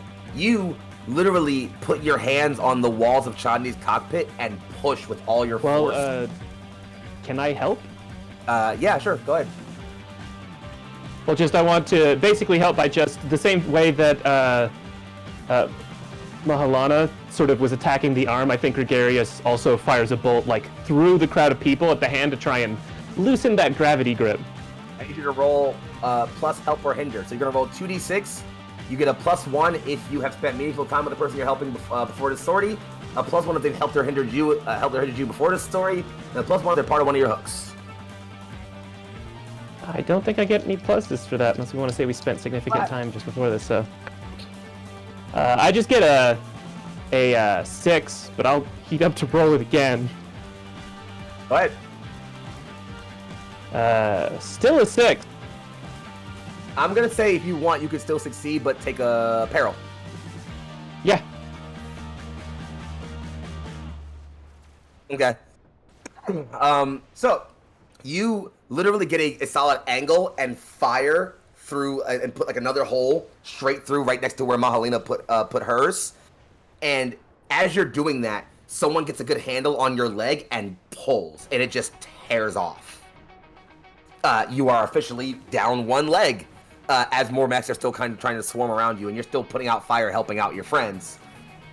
Meanwhile, he will definitely. So you're gonna go ahead and roll one more d6 for me, Tara.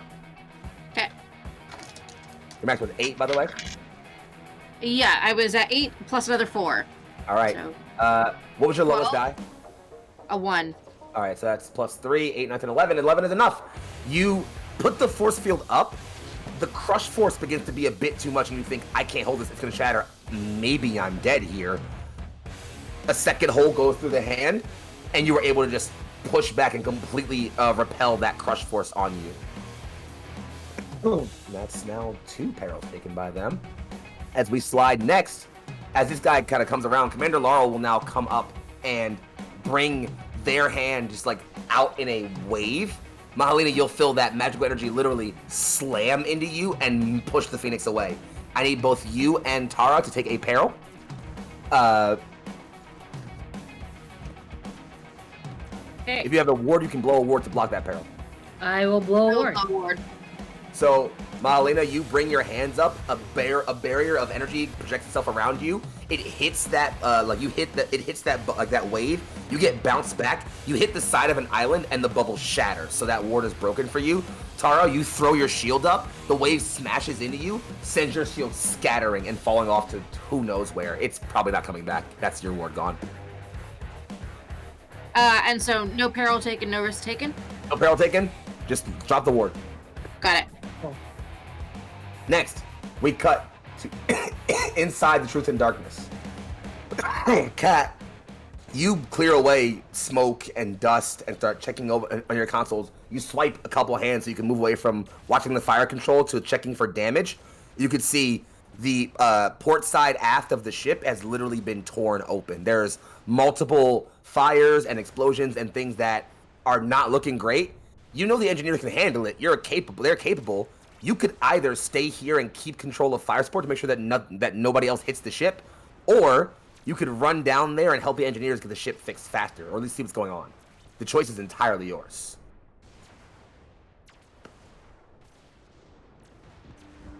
Shit. Fuck.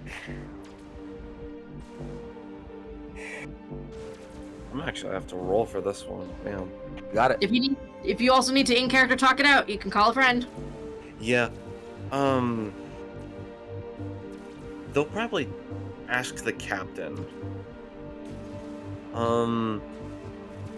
Like maybe open up a line, say, "Hey, I have an idea here at fire control, but engines need me. Advise." So, the engineers, you're like mildly kind of panicking about this, maybe even a bit worried, like, oh no, do I stay here? Do I freak out? As you're like, I gotta go check the engines. An engineer looks up from a console, just go, we got it here. Very well. And Kat will kind of just sprint down. As you're running, you can faintly hear one of them open comms and just fire control, clear path for the chief engineer.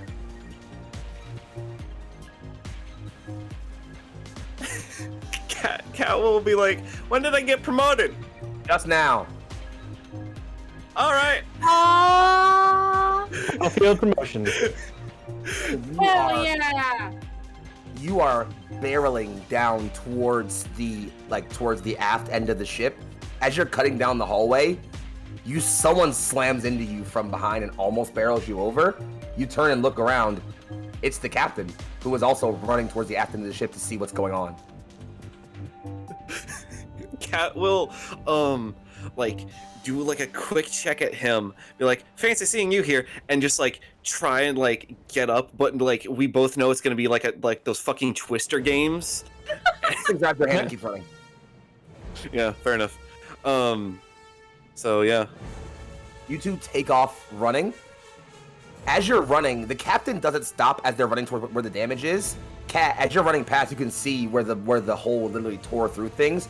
You look up towards the primary power core, realize, one, that tear missed the ship's primary power engine by maybe a few centimeters.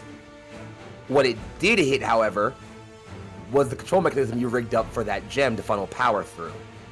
There's no way that main gun is firing right now. The captain looks over, just, I see it, not now, and keeps running towards where the damage is.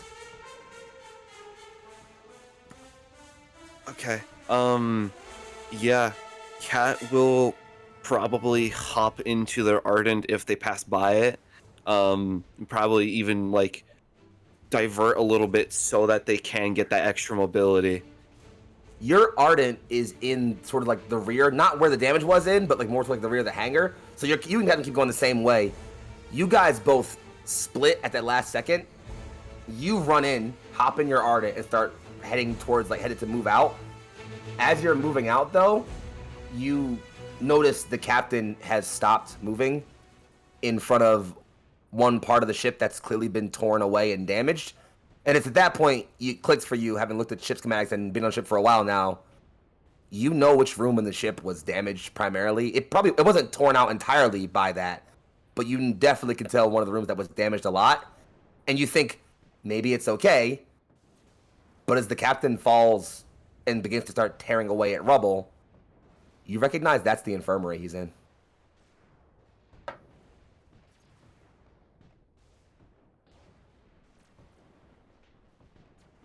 Cat will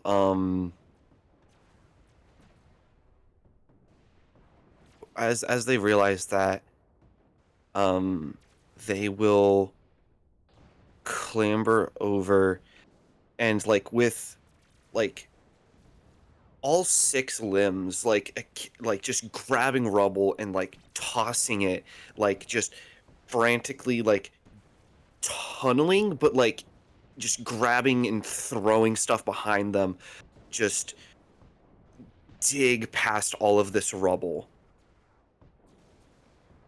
You tear up rubble and dirt and stone, and when you finally clear it all away, as the captain is, even with, though you have your Ardent, the captain is still trying to tear things up, and you finally all tear away enough rubble to see, at the very least, a face.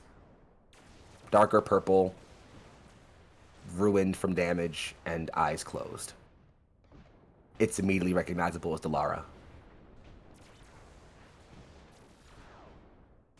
The captain just closes his eyes. Get that damn gun online. Yes, sir.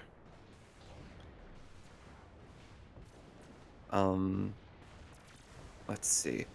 What would Cat will look for a core, like a core for an Ardent. I don't know how big they are canonically, but if like Cat can like move them with their Ardent, they will just grab one and just start climbing up the wall towards this main crystal. You are on your way up towards the main crystal, and you can see the ruined power housing all around it, and you're thinking, okay, all right, okay, this is fixable. I know what to do here.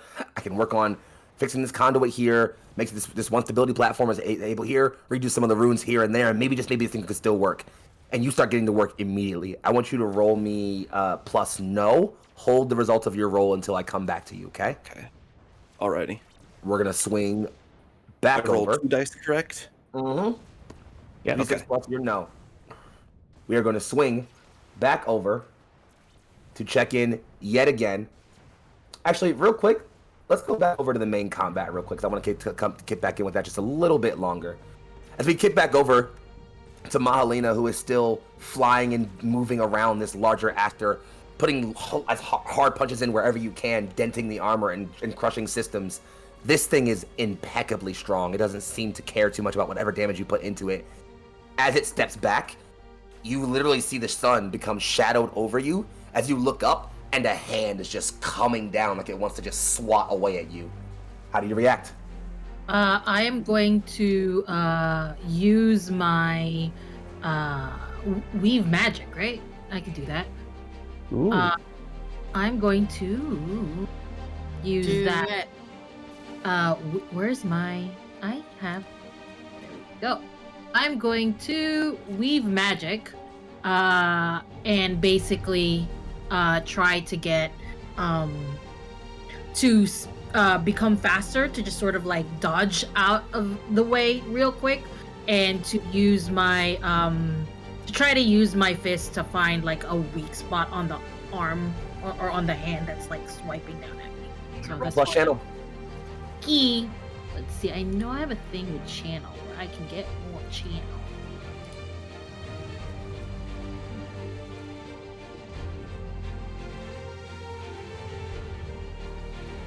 Oh, so since I have 2 dangers, I can increase my channel to +2 more, right? Yep. Sweet. So that gives me 3 + 3. Channel plus 3. All right, let's roll this. You got it. That is a 4 and a 4, so 8 + 3, 11. Yeah. 11. So you Hey. are able to easily dodge out of the way, and I will even directly say, do you have a risk and a peril right now, or 2 risks? 2 risks. If you want to upgrade one of those risks to a peril, I will let you inflict a peril on them. Okay, let's do that then. Mahalina, you dash out of the way with your enhanced, like literally just pushing. You are so used to literally pushing yourself into the power that fuels your mech. You try to do that, well up that personal feeling inside of you to push that magical energy into you, and you know it's not enough this time. It's not enough. And as you're pushing, thinking you have to get out of the way, you can feel a voice in the back of your head. Not one you've ever heard before, but it fills every corner of your brain with this soft, soothing feeling, like being alone in a clearing at crisp moonlight. I am with you, child. And with that, white light flares up all in you, and you boost out of the way as that hand swipes and misses. The other hand starts to come up and like palm press it where you are. You zip around, coming up in a full crescent and swing around. There's a wave of force where you literally punch into the middle of the hand. Your hand begins to dent and crack even more, but you can see cracks and explosions popping up all along this arm. It's literally, even though you are maybe the size of this thing's hand, you are pressing back into it. The comms cut it again. Do you know what we have built? The things we have overcome! You will not ruin that for petty squabbles! And I will reply, shut up! Just shut up! I don't give a fuck. You bring your other hand in, punch again, and literally knock that hand away. The actor backs up a little bit and stands, and then like kind of swings both hands in. Those canisters light up. A bunch of runic circles come in and light up all behind it in crisscrossing patterns and begin firing off beams of pure yellow light that you all have to start swarming and dodging around. Mahalina, you're moving in rapid patterns, dodging these tracing bolts. Tada, you're doing the exact same as the camera moves past Mahalina over to you. It's now on to you. tracer fire is moving all around you as you are dashing and dodging. Your flight pack is still damaged from the strain you put it through, so you can't move as fast as you could. You can still dodge these things for the most part, though. I don't know what to do, bitch. Context, she has 2 perils left. Okay. So crap. What can I'm struggling to figure out what to do with her, which I think is very much in character with Thara as well, because she's not 100% sure. Like, What? I can cut away from here and go back to hell and then come back to you in just a moment. If that sounds no, good. I think Thara is very headstrong and knows that if the ship is in danger, the people she cares about are in danger. Like, everyone else on this thing can take care of themselves, but if the ship is in danger, like, the other 2 people that are very important are in danger. And so she is going to take out her Ruin Blade and charge directly at Commander Laurel. Doesn't matter. She'll dodge whatever she has to dodge, but she wants to stab. You have a long range gun You going come to hell? swinging it. 1 second. Hold on.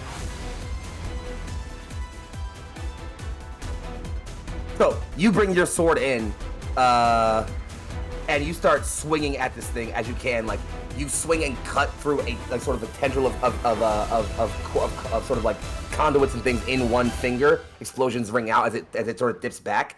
More sort of these trails of fire start coming at you as you are trying to dodge around. You literally begin to whip and start slashing your blade left and right, literally deflecting away these beams of light as they're coming at you. And then you turn and swing again, a wave of crackling lightning energy surging forward and smashing into this thing, causing an explosion all around its torso, beginning to open up panels and explosions and things. As it's sort of just trying to like get out of the way, it comes around and tries to like once again come at you, and you can hear the comms open again.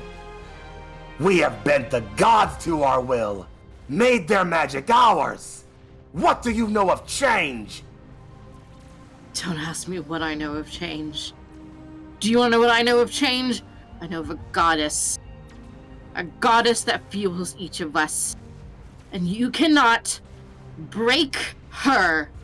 You could break me, but you cannot break our conviction. And so long as that conviction lives in any single one of us, you will not break us. You will not stop us. We will keep on fighting. Can I take apparel? Can I take apparel to give her apparel? Sure. I will take apparel. Don't care what you call it, but I will take apparel to give her apparel. I just want to fuck shit up. You come in dashing and starting to dive through and around her as you start to literally you see your mech cutting up and down the arm of this thing, slicing through and creating explosions and micro incisions wherever you can. You get up to the top, and just as you are literally about to bring your sword down and cleave through this thing's head, the head comes up and the 2 sort of V-shaped visors shoot out yellow energy. You bring your sword down and literally split it with the cleave of your sword as you are pressing down through this. You manage to cut through and slice through the visor, making the beam go out of control and it explodes, damaging the head. But it also, of course, blows off one of your arms in the process and you go flying backwards. Your mech is not looking good right now. Warning systems and flares are going off all around you, letting you know that you are taking serious damage to your structure. The massive mech itself backs up, flares both hands to the side, and that golden glow begins to flare up all around it. Then bring your conviction that I may break it. You will all be made to serve! And a giant runic circle of golden yellow flares up behind it. Okay. Oh, just before you pan away from me, what do you want to call this peril? Just super injured? I'm gonna say, critically damaged. Disarmed? I hate you. That was my peril. Darius is deleg, so like, you know, it The goes leg. both ways. I said Don't you worry, I got a on the plan. leg, So, but we cut back in next. We cut back in next to inside of the pale hole in that lab. where Hell still sits barely held in place by the barely still like impaled by the spike they are coming off of. The one Odessa on the ground, still bleeding from the head, the other standing there, and a clock going off in the background.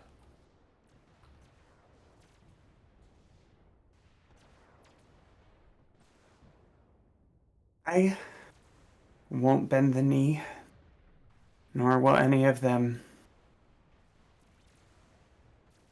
I'd rather wipe myself from the whole face of the planet than see you hold any power over me or anyone else. Kiss your research goodbye, Odessa. It's already too late. He steps forward, slowly. Bold words for... And just before she can finish that, boom. The Merciful Sister goes up in a calamitous green and white explosion of magical energy. The Hellion behind, gone and atomized. The lab crumbling in an exploding ruin, and you can all watch, all of you who are outside watch, as a whole corner of the Pale Hold just crumbles and collapses under that explosion. You all definitely saw that Hellion smash hell into over there.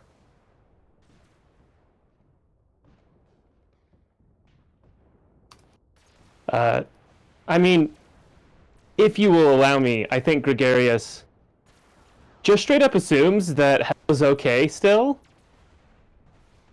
Oh. Like, he's seen her dive repeatedly, over and over, and can't express that immediately. But I think in that moment, sees the explosion and barely registers and is like, she's fine, keep going. Mahalina does not. Because Mahalina has never has only seen her die once. So she doesn't have that whole immunity built up Once. against the dying. Only. Only one time. So Mahalina sees this explosion and just like a little bit of death as a treat. it's the one death, and is like, I'm gonna go, and like just turns her back on this giant juggernaut, not caring basically, and flies over to knowing that that's where Hell is. Mm-hmm. I think saying that, Gregarious mutters a little damn and basically flies upward just to replace you in where you're at. There's like a moment of passing, and I feel like whether it is really spoken or not, you would hear Gregarious' voice. It's like, you should have more faith in her.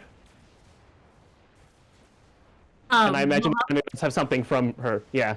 Mahalina says, "Suck my dick," and go anyway. And again, I don't think it's even over comms. This is like unspoken communication that like we see on camera. It just as they pass each other. Yep. Hey, Chaz, you okay? I'm fine. That was so. You committed cast murder there. Like you just murdered the entire cast there. Okay. All right. Sorry. Excuse me. So the two of you pass. Tara, you're watching this thing power up, and as it's powering up and gathering energy, friendly asters just literally in the vicinity are just popping from the raw ambient magical energy this thing's building up. Even SSA asters can't seem to escape the blast force and are just exploding. Commander Laurel does not seem to give a damn, as she's clearly readying for what she thinks is going to probably end this. We cut next back to inside the ship. Kat, what did you roll? I rolled a 12. Wonderful. You start working. You are a literal blur. All four arms of your Ardent are just constantly in motion around you, replacing parts, scribing runes with a finger, empowering them with different magical effects when you can from different ambient magical batteries, grabbing spare parts. At some point, you start literally ripping off chunks of structure from the ship where you can to replace certain things. It has to work. Fire is still coming in, and while your AA gun crews are still keeping up the heat where they can, explosions are still hitting the ship. You're still taking damage. It's not perfect. You need to get this right. You are slowly putting everything in place, and as it's all getting there, and you expect to just start hearing the hum of this crystal powering up, it's then you recognize, I don't have enough force left in the crystal. It's cracked. It's leaking energy. There's not enough force left in it. And you have that secondary ardent core with you, but that's not enough. Cat will, like, you can see inside, like, if we get a flash into the, into Cat's cockpit, they will begin to, like, physically thrash their body around as they try to, like, rack anything that could work. And it is at, like, that moment that they kind of, like, open up their eyes and, like, see a little bit of glow from the tattoo, and it'll click. And they will open up a comm link to Tara, and say, hey, I know this will work, but I don't know how well for me. Cat. I want you to know that I love you. Cat, goddammit, don't do this to me right now! And they will Cat, close Cat! the comm. God damn it!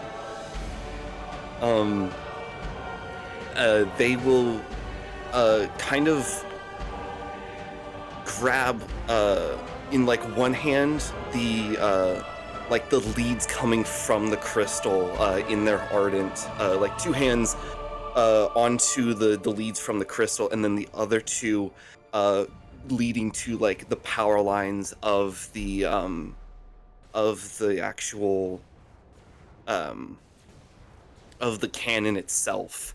And they will do what they can to actually channel the power from the crystal through themselves and push everything that they have, that, like, with this force that they don't really know how to, like, control that well, because they haven't been able to channel for a while.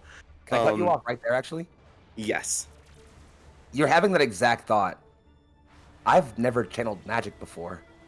When the sensation starts hitting you, that raw, etheric, beyond force that you've never quite connected with, rushing all through every inch of everything you have ever been. It is awe-inspiring, and it is entirely too much. It's all flowing into and through you, as you remember a fundamental thing you learned about magic when you were studying to channel things. It is hard to contain magic in bodies, in crystals, in structures. Magic draws itself to living things. And as this magic starts pouring into you, and you start thinking, it's too much. I can't contain all of this. Is this where I die? You start feeling that magic siphoned off of you slowly. You pop on, or you're feeling that slowly siphon off of you as you hear a voice, faintly. You fucking moron. And you tap on the comms, and you can see in the view screen, right outside of the sort of main hull of your cockpit, the captain is laying a hand on your ardent and channeling magic through it.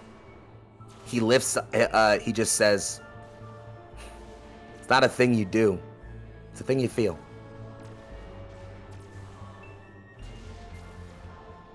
Cat will take a breath and just reconfigure, like, what they're doing and how they're doing it, and just, like, instead of, like, trying to pull it out, just open up.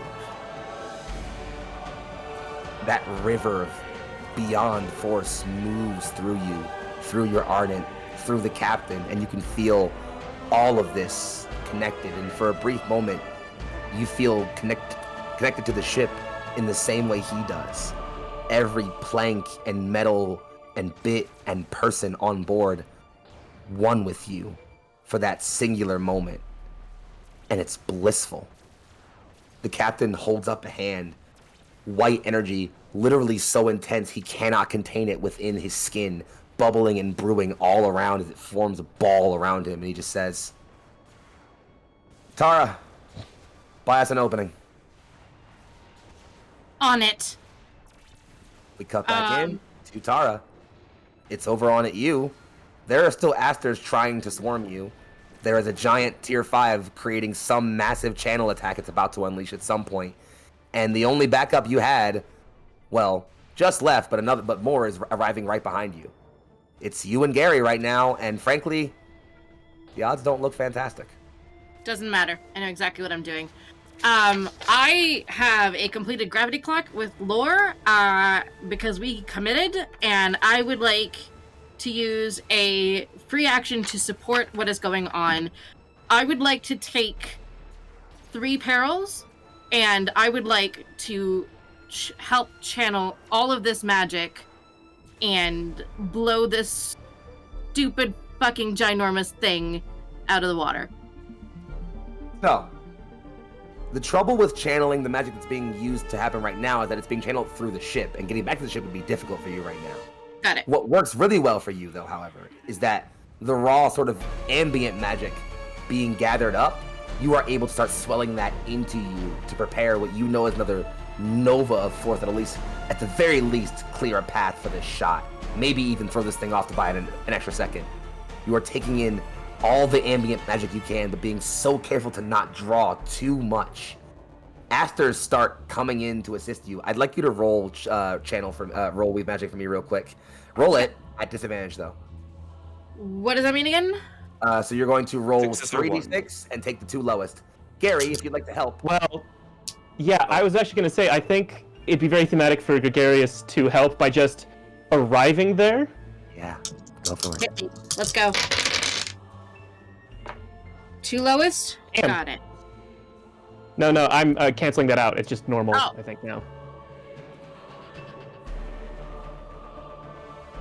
So what's the roll? I rolled a 11. You're And good. it was a weave magic, right? Mm-hmm. Plus channel. Plus channel. 4, 5, 6, 7, 8, 9, 10. With that 10, you are just at the edge of having just enough force. Gary, you are putting shots in, keeping Asters off of her. She's buying time. These 2 points, one small one gathering moon magic, the other twisting a god's power to their own will, sit here in perfect stillness, gathering force. You are almost there. It's just not enough. You need just a little bit more. Someone has got to help you. Somebody. Please. Anyone. Anyone. Please, we are so close. Is that my cue? I don't know. All right. We cut back to the inside of the facility, and a lot of it is a wreck. It was blown open, this portion, by the explosion of the Merciful Sister.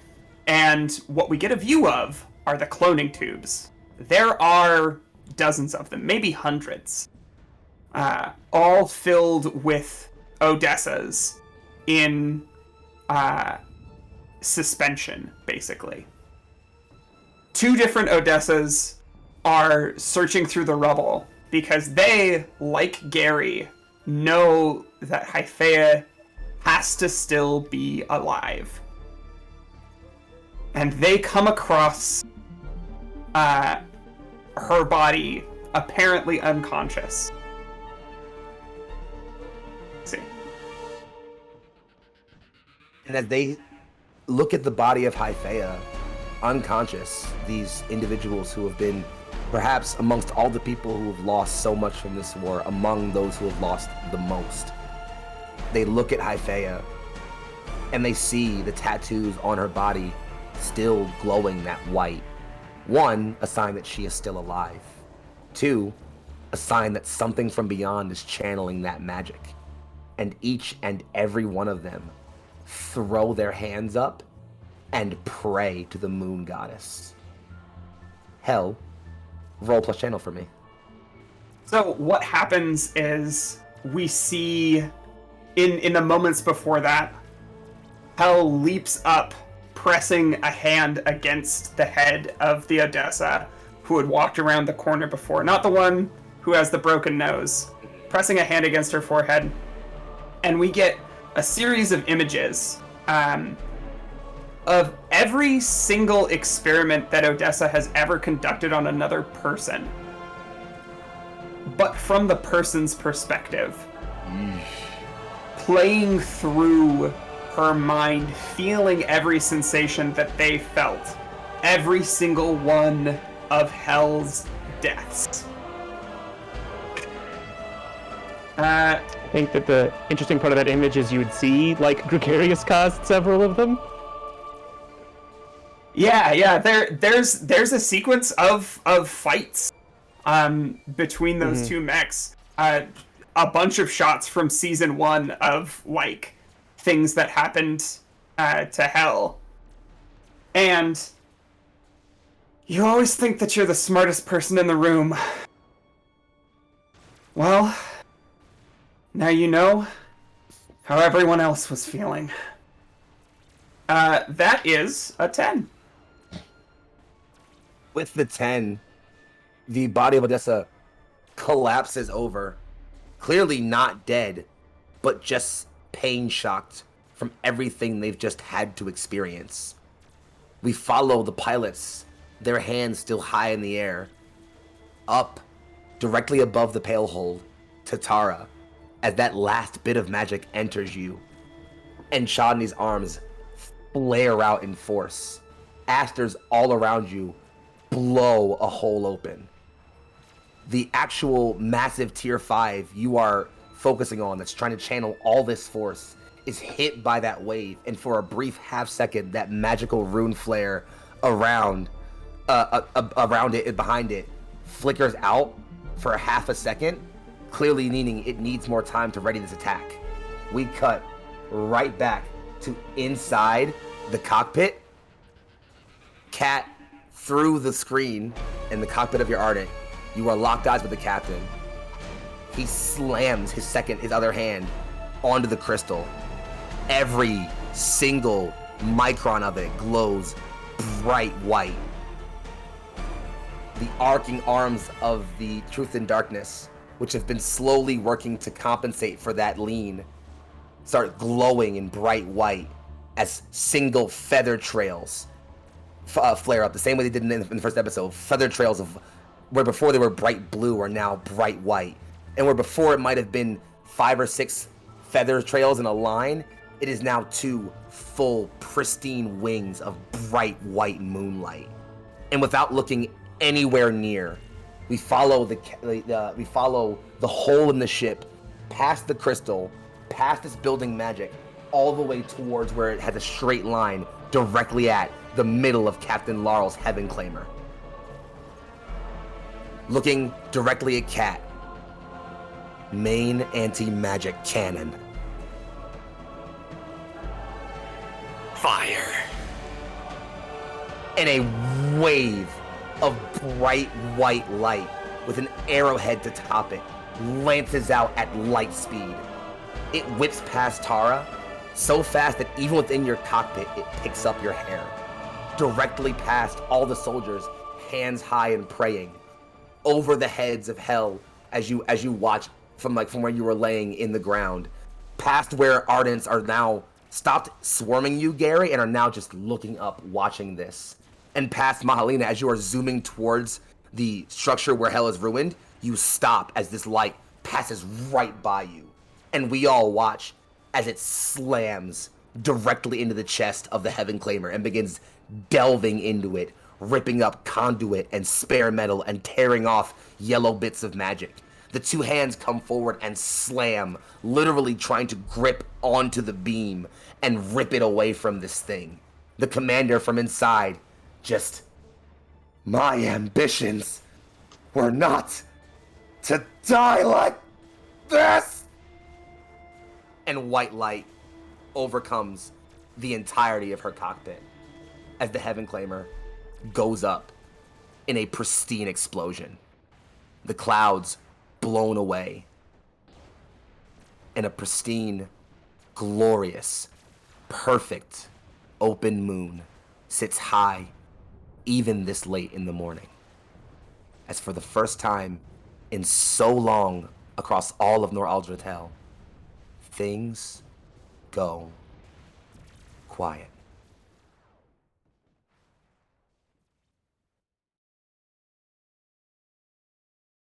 I'm still going to head over to where Hell is. We'll follow right there. You fly over to the Pale Rock, land. There is still a sort of remnant explosion from the massive implosion you just witnessed up in the sky. The clouds parted, the sun beaming in as you land the Phoenix. I assume you hop out, or do you stay in the mech? I hop out of the mech and immediately look for Hell. Sunlight crawls up as you move in across rubble and ruined lab experiments. There is an abattoir of surgery tables and experimental tanks all around you, but you can't focus on any of that as the sunlight slowly creeps up past rubble and pipe and destroyed concrete to show a body and a face oh so familiar to you, laying there, clearly still conscious, next to the woman who has caused her so much pain. Odessa is praying to the moon goddess. Every Odessa is praying to the moon goddess. Mahalina will ignore everybody and everything and go straight to Hell and just hold her. And Mahalina is crying. You're here. You're still here.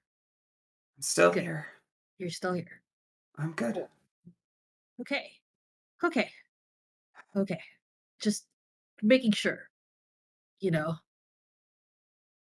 I am so glad you didn't see the last 10 minutes. I might have broke my promise 3 or 4 times. The not doing stupid thing that we sort of said we would try to do. It's very obvious now that you're looking at her that she was impaled at some point, Right. but it's fine. Somebody impaled my wife. That Like the clothes are just torn and such. It's like The audacity. There's gore. I do There's some like blood around there. touch a little bit, like just to make sure you're still okay there. And I go,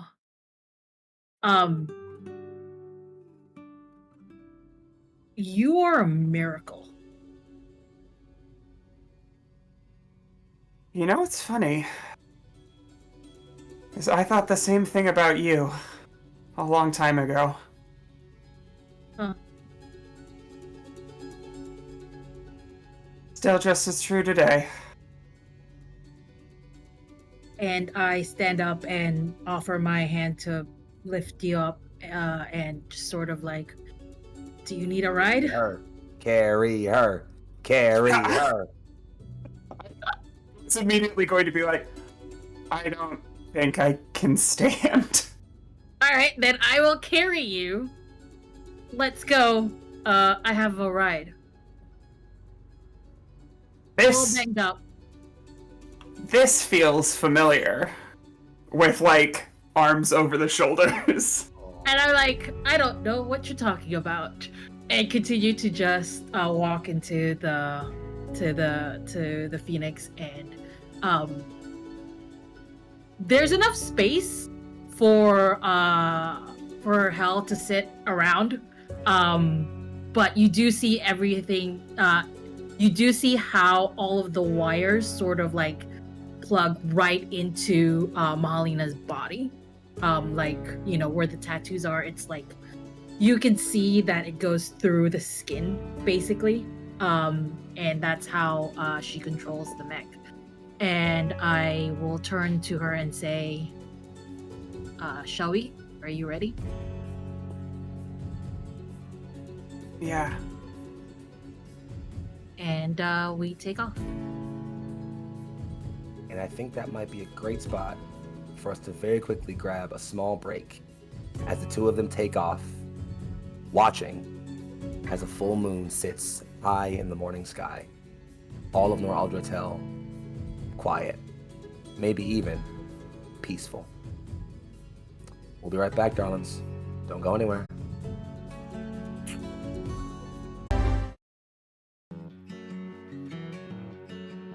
And we find ourselves returning one last final time to the world of Nor Aldratel.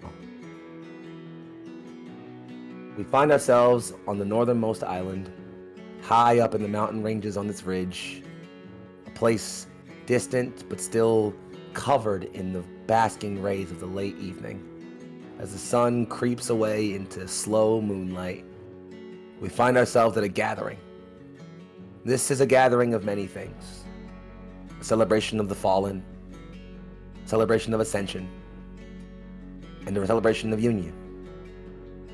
There are pilots, engineers, crewmen, people all from around the Truth in Darkness, all around Nor Aldratel, have come for this occasion. Everyone has heard the story of the Truth in Darkness, of those who stood and fought. So many have come to be here and celebrate with all of you. We slowly move ourselves up a set of stone stairs, winding up a mountain pass to an open cave glittering with white silver light. And in one corner of that room, we find... Let's go ahead and start with Gary. Gary, where are you right now in this space? And more specifically right now, where have you been in the few months since the battle? I might answer those in reverse order. I think following the battle, Gregarious sort of has collected a lot of data he couldn't really act on mid-fight, and has come to the conclusion that he can, in fact, rehabilitate the Hellion division. And so he sort of starts collecting the ones from the battlefield and any other ones that they have found that are still functioning. And he spent the last month or two basically pushing on the contacts he has, some of the moderate wealth that he's accrued since he doesn't need to eat, hasn't been paying rent. It's very mild, but has bought an old church and is using that to sort of rehabilitate any of them that he can. It's very slow going and a lot about trying to remind them of what they were while also telling them they can be something else. But at this moment, sort of on accident, partially due to the other actions of his other friends, he has found himself a priest of the Order of Luna. He is sitting at I know it's a ritual stone table kind of a deal, and then there's just rows of chairs in front of him that people are probably seated in. And he has walked to this table. He's wearing a sort of silver white suit, but his wrapping are still still black. And he takes his hat. He doesn't have a hat on, and he takes his mask off. And he sets it down. His head sort of reverts to a very round shape, as you can see the sort of crystal sphere that is his brain, as he starts to speak.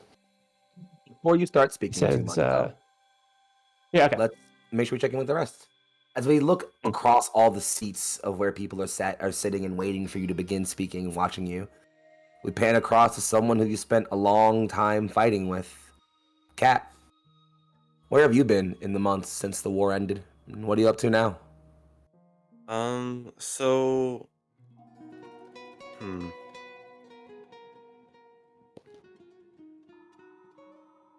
Immediately after let's see, this is during a celebration kind of thing? okay. My Sorry, brain is yeah. all over the place. Yeah. So when that celebration's going on, they are just looking for Tara to kind of like like when a little kid like does like their like first drawing that they're actually proud of, and like you as someone with a lot more motor control and stuff, and like, wow, this drawing's shit, but they're proud of it. They will go to Tara, kind of just like laughing and giggling, and kind of just tell them like what they did, as like they channeled. They'd never done that before, and they didn't die, which they thought they would. And Yeah, and I so, would have killed you if you did die. So well, I'm not hell. So anyways, sorry. It's Oh true. shit. It's Yeah. just facts.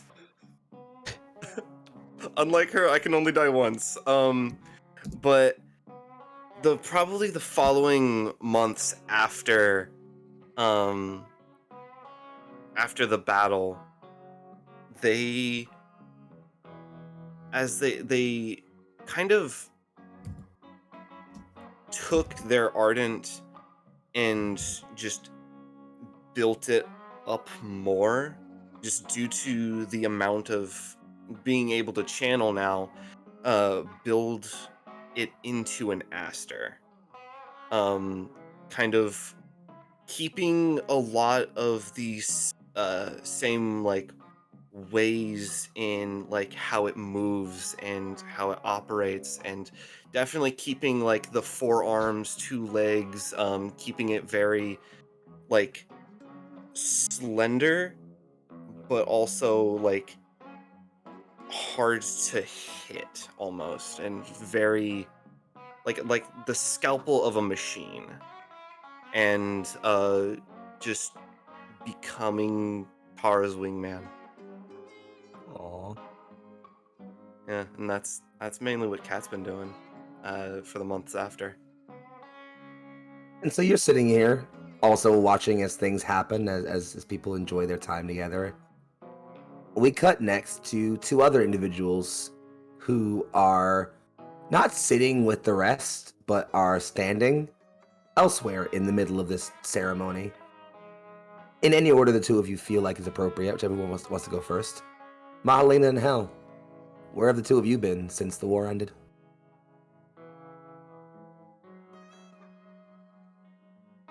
I can go first.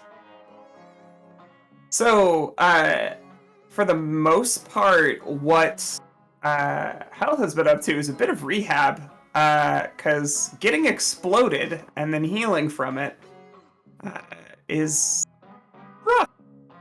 Turns out. So, Hell is actually still kind of rocking a cane, having to remember how legs work.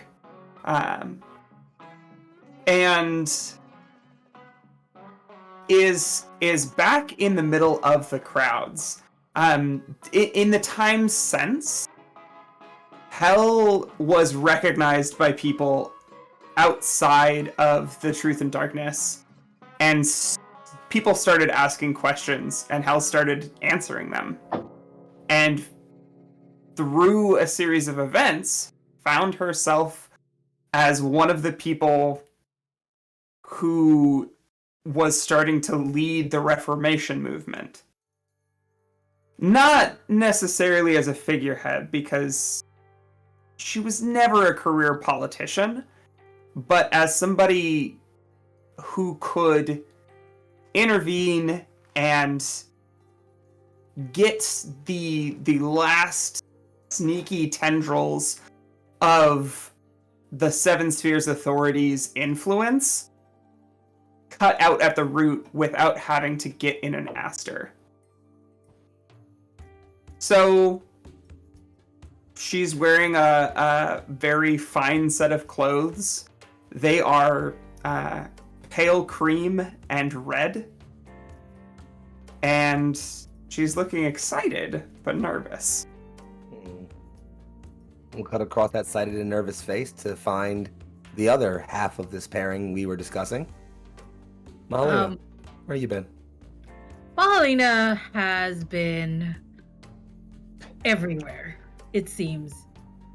Ever since that fight, the voice that she's heard continues to speak to her. She's used to using powers that are not her own, magic that is not her own, and there's usually an exchange of life force whenever they use this kind of power. But this one, it seems to, whenever she uses this magic, it seems to lengthen her life, give her more to live for. And after a couple of months, Mahalina does realize that the voice that she's hearing in her head is Luna herself. And because of that, during the after the big fight, they've become, and she absolutely hates this. She absolutely does not want to be this, but they've become a sort of figurehead that people are rallying behind, because they say that Mahalina is now Aluna's avatar, the one that speaks for her, which is weird because Mahalina doesn't usually speak a lot, but now she's expected to make all of these speeches and she hates it. Today, If I could, I think it'd be very funny for her to then specifically make Gregarious a priest because he is good at and likes speaking.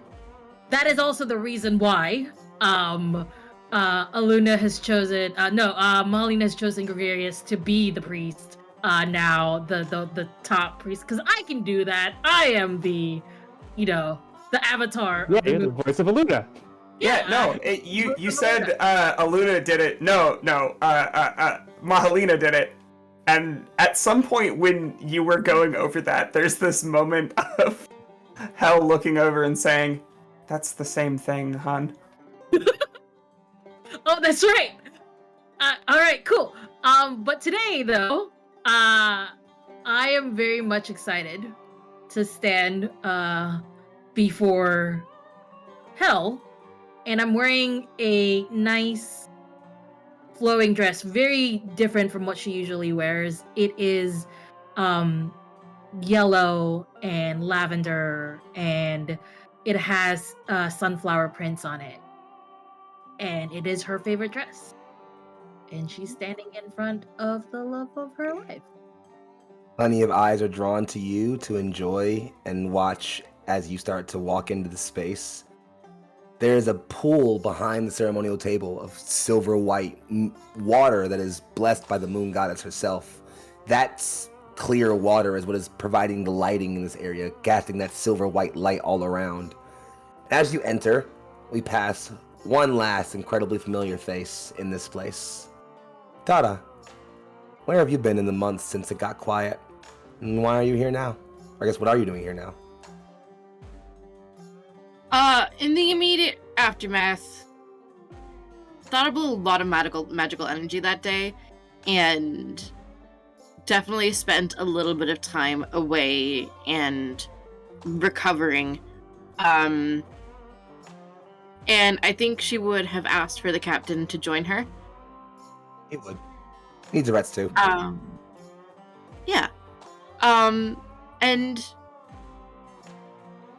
now she turns to him, like, she knows a little bit about what he's about to do. And she goes, we're gonna go our own separate ways just now, but I feel like there's still so much I want to know about you. What if I keep that air of mystery around me as like a charm thing, Keep you interested? And as if that's the thing that keeps me coming back, you idiot. Well, something's gotta. Well, it's not that, but fine, I guess. Or maybe I'll just make you give me the answers. Either way, we'll see when we get there, yeah? Yeah. And I think it's at this moment that Kat approaches and she beams, she hugs Kat, she tells Kat how proud she is, and she pulls Kat aside and takes both of Kat's hands in hers and says, after this, Laura's going back out on the field. And so am I. But I have my own ship.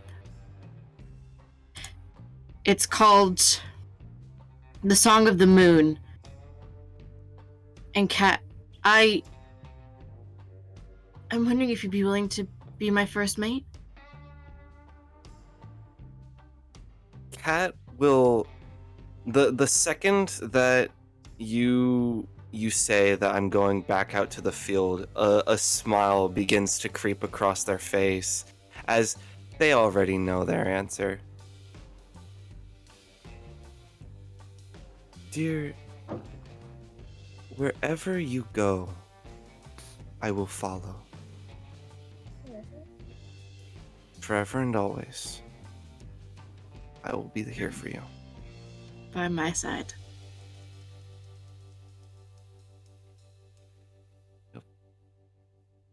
And if you don't mind, do a little forehead touch. Not like That's a kiss, but just like a little bonk. perfect. Yep. Yeah. They're both the exact same type of nerd, so it's like a little bonk is like all they need. Like, it's just great. Yeah. Love it. Love it. Oh. As we part from this moment, we now center in on the sort of space itself. As again, as hinted before, this is a dual ceremony. In one part, it is Ascension, as it is meant to formally, I guess, coronate Mahalina as the avatar of Aluna. Stories say that once you submerge yourself in that pool, everything you are will be changed, and when you emerge, you will be as Aluna has seen you. Most people don't change much. It's because we are pretty good the way we are, actually.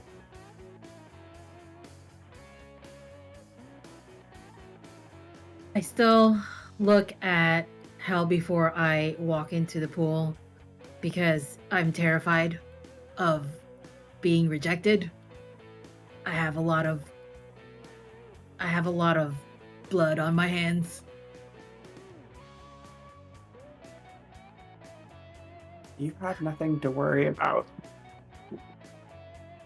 I'm worried, because you're going to go into that pool and you're going to come out with the biggest head known to man. Well, yeah, but still. You'll... Greater than the moons of Aluna. True. All right. I guess there's nothing else left for me to do, right? Just walk into it. Okay. I think Gary had a Zara's, like, speech to nodding give. Oh. I actually think that for this part of the ceremony, Gregarious doesn't really say anything. Like, I think this is a silent ceremony of entry.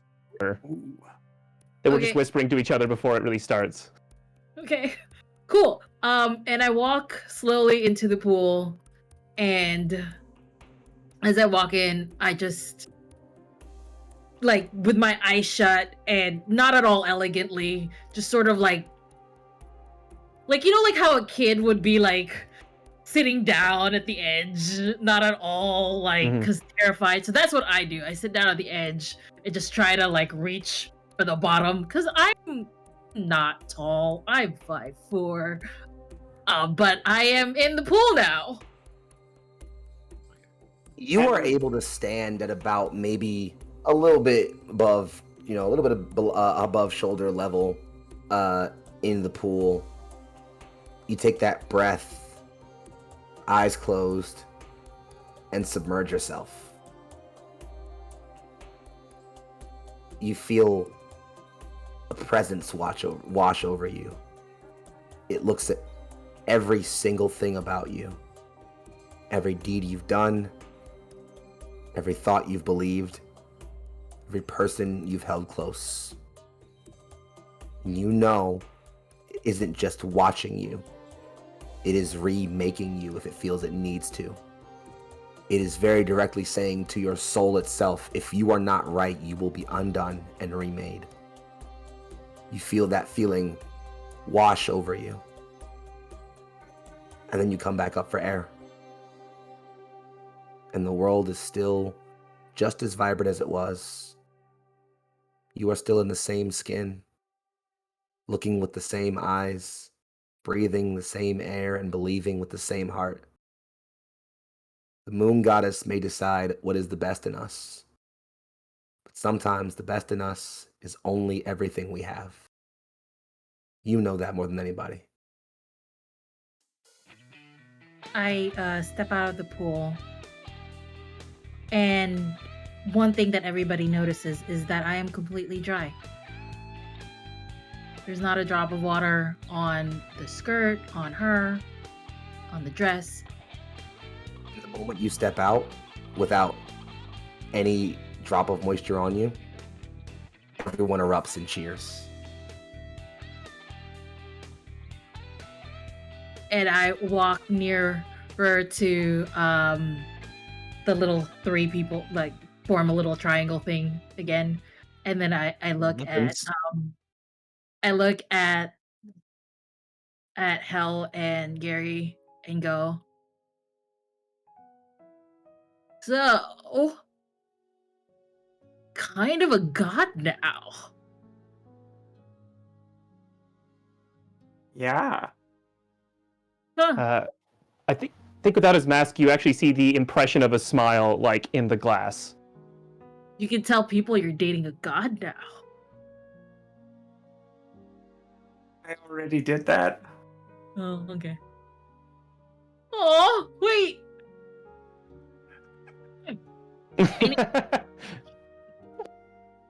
Shall we get on to the next part? Yeah, I Everyone think quiet Garius would down lead you again. both. Just waiting, because they know this again is a two-part ceremony. And honestly, most of them came here for this part. Yeah, I think Gregarious would like stand on the other side of this altar facing the crowd.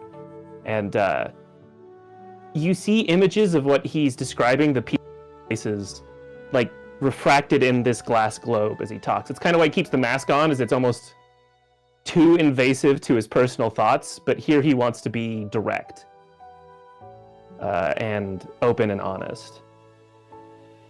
And I think he starts with Children of the Moon gathered here today. We are here to celebrate a joining beyond me or my authority, but I have been asked to preside over regardless. Mahalina, the Silver, and Hyphaea, the Undaunted, are here to become one. But as Aluna preaches and teaches us, we are all part of that oneness. Their bond is special, but in no way does it make them apart from us. Their bond makes us all better. All I am here for is to officiate over their true feelings. And he gestures to Mahalina. And do you? Mahalina takes out a piece of paper, and it's like she's reading this little piece of paper, and she's like, okay. You'd think this would be easier, as this is the second time I've done this with the same person. but it's not. I don't think I'll ever have all the words that will be enough to describe how much you mean to me. I have experienced life without you. I have experienced life with you. I have experienced life where I thought I could never have you again. And now we're together.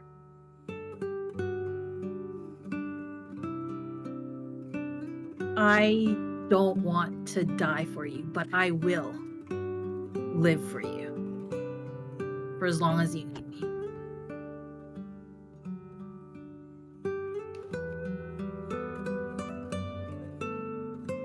I love you, Hel. I love you, Mahal. I do think then. Yeah, I think then there's the hand gesture recedes, and then the same hand gesture to Hel. Mahal, in my first life, I called you my rock. And now I know that you are my moon. When you are close, my tides come in. And when you are far, they recede. I am moved by your movement, and you carry me to where I need to be. I should have seen this coming. You're perfect. Thank you.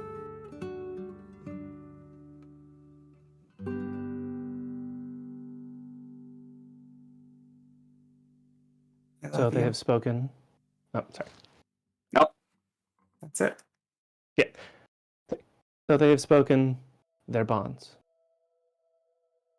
And now I would pronounce them, Mahalena and Hel, wives, partners, bound by a Luna forever. Or the moon. There is a raucous shout of "for the moon" as everyone follows up, throwing bouquets of moon lilies and other flowers up at the couple and showering you all in praise and adoration as everyone celebrates the new union, the new avatar, the new peace. You may now kiss the bride. Oh yeah, With hell yeah. consent, there's a kiss between Hel and Mahalena. And We then love with consent, there would be a kiss between Hel and Gregarious.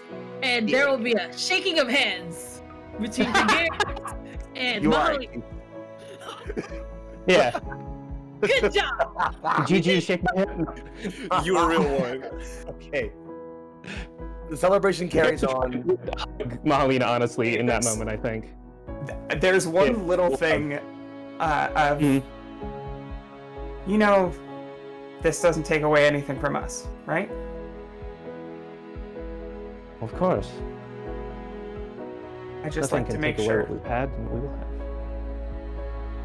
have. Especially with his mask off, you see images of you and Mahalena and the moon and all of these different images that I think some of them seem random except to Hyphea and now more, or to Hel and now more Mahalena as she's gotten to know Gregarious.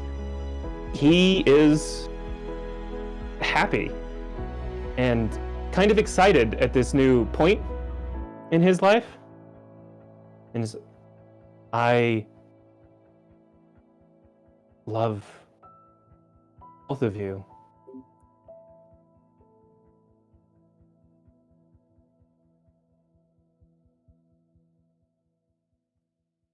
That's so sweet. And yeah, he'll hug Hyphea he'll hug Mahalena if she lets him, but Yeah. Definitely there will be a hug back. In the midst of the large hug, we sort of almost soft fade as celebration carries on, and we now find, for one last time, the crew of the Truth and Darkness, these five and the captain, gathered up in this temple, looking out at the coming moonlight.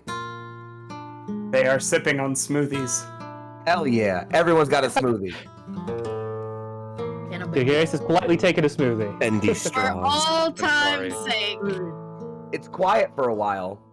Everyone just sort of enjoying the peace and just, you know, about a week or two, I'm back out there. Are they How's your starting up Switch? again? War never ended. SSA is gone. The Empire's crippled. Not dead yet, though. And a wounded beast is deadly. Time to put it down. Many of places on Wise Noral words. Trital need to be loosened from their grip. It'll be a long fight. I need capable soldiers. But you've all given your part to the war effort.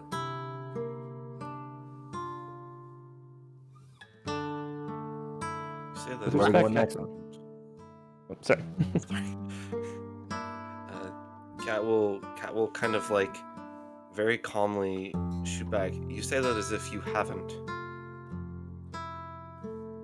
Yeah. Well, I made a promise.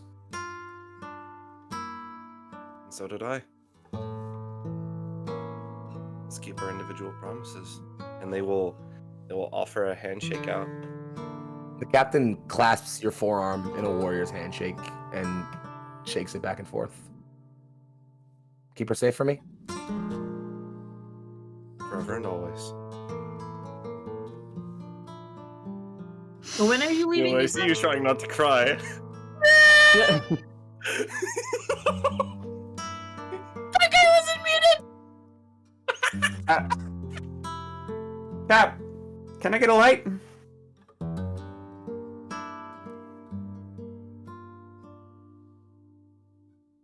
You know, Hmm? there are a lot of places that could use with some destabilization out where you're headed.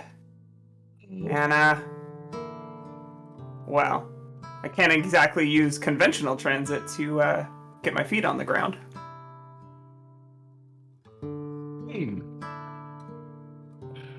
Sounds like you need a few, let's say raucous political events to get you going around there. Or the, finest dropship in the fleet. Hardiest, I know that much. Finest remains to be seen.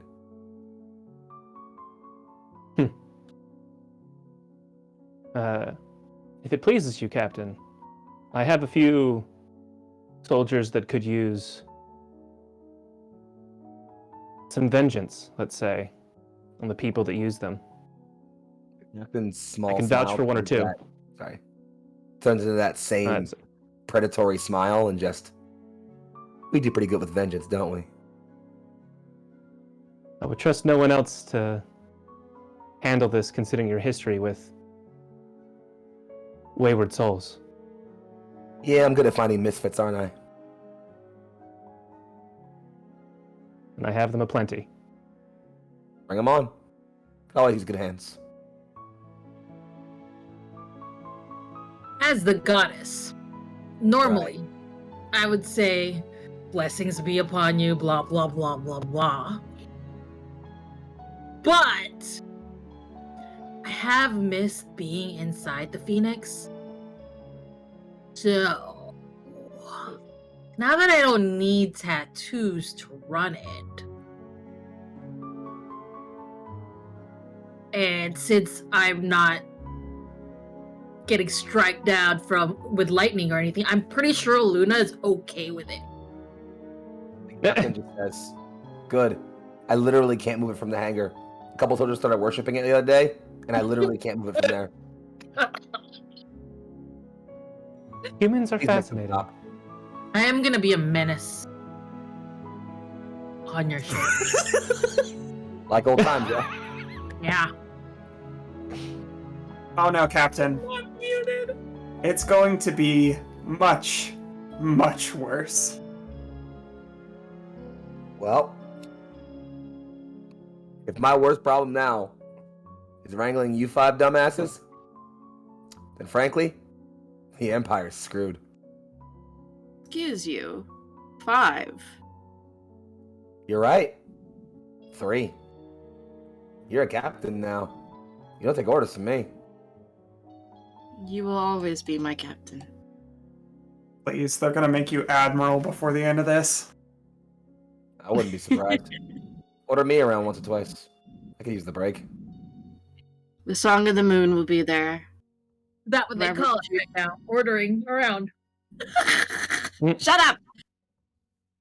Let me have my Probably- moment, god damn it! You just had yours! Goddess lady! Sorry, I'll stop. Uh-huh. She goes, wherever the truth and darkness goes, the Song of the Moon will follow. I gotta keep your dumbass alive. I still need to hear the rest of your story, you idiot. Well then, I guess. Fine, whatever. Take a week. Go see your families if you have them. Get your affairs in order or just rest. It's not gonna happen till after, way after the honeymoon. Sorry. Yeah, that's figured.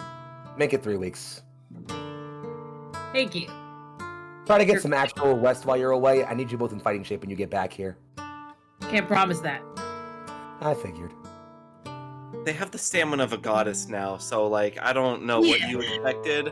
Lore, that's kind of on you. Yeah. And Hyphaea, well, is Hyphaea, Who says so she like didn't it's before? not even looking at Hyphaea will just point, snap, and say no comment. I mean, we could probably give them a run for the money, Lore, if you...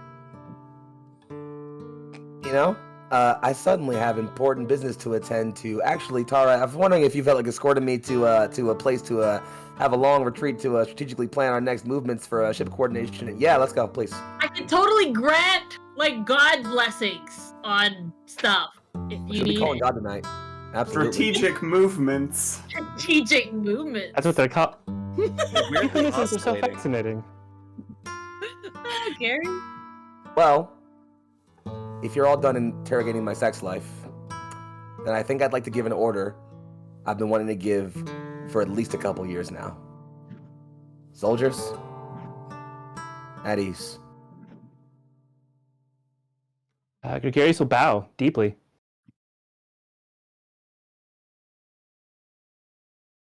As we slow pan up, stars and moonscape swelling our vision, as for the one final time we find ourselves parting from Nor Aldratel.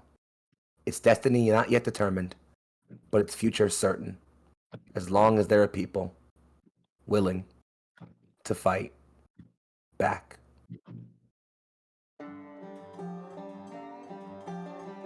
I want to thank everybody here for coming up to the finale session of Under Twilight Skies, our Armor Aster charity campaign. I don't have the words to describe what this experience has been like for me. I was an audience member to just the most incredible storytellers I've ever had the glory of working with. This was an experience, and I could sit here and ramble about it for the next 3 hours. I won't do that. Instead, I will simply allow these incredible, beautiful human beings to say their goodbyes so you can all know who they are, who they play tonight, where you can find them on the internet, and where you will see them next. We start directly to, I guess, under me in Discord overlay order, but I mean, I don't know how to look at terms of the actual overlay, with someone who yet again decided to bring their fucking A game to a campaign that I love. Cannot fucking wait to see them back more and more. Hey, Joust, how you been, babe? Hey, I actually handled that one. Fuck yeah. I'm coming for you, fucker. You always do. Proud of Yeah. Wow. This whole game in of itself means it the best way to say it is it's a game, but it is so much more than just a game. it means so much in not only the story that it tells, but in the real world of the money that we are raising for these absolutely fucking amazing I'm blanking on the fucking word. Charities. Causes. Yeah, causes. It's... If I had... There is no way that I would have been able to know that following an Instagram ad would have led me to know so many amazing people. It is absolutely wild. And I am grateful every day. So are we. I... So very Okay, proud. that one got me. Fuck. Damn it. Knew it. It was gonna happen. So very, It very was bound to happen. That. But yeah, I have been playing Catalyst Mayhem, our, I guess now Aster pilot, and first mate of the fuck's the Song of the Moon. Yes, first mate of the Song of the Moon. So yeah, and I have been Chaus, our residential gremlin who can't take positive reinforcement well, but I'm working on it, so it's fine, I guess. Anyways, whew. I'd just like to say thank you to everyone, to all you watching, to all my members at the table, to the GM, to the stream manager. Why am I getting emotional now? Fuck. I'm gonna stop talking. Carry away. Thank you very much for everything you brought to this table, Charles. I appreciate you so very much. Sliding right along to yet again someone who I am so very proud to have formed this community with, and who every single day I reify the fact that I'm so glad I got to hang out with them and meet them. Tate, thank you for playing with me again, bud. Oh, I was hoping to time it so I could go vermin this time.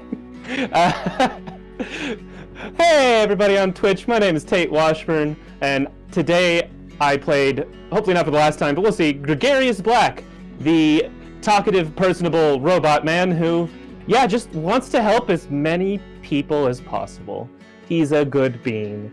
Anyways, you can find me at Tate the Terrific on Twitter, no spaces, where I mostly talk about tabletop writing, stuff like that. It's really mostly memes, honestly. It's not really that great. What you should really do is follow this channel's Twitter at Lights Roleplay, where we have several people who are much funnier than me writing all the jokes and making excellent gift choices, and we also announce all the cool stuff we're doing.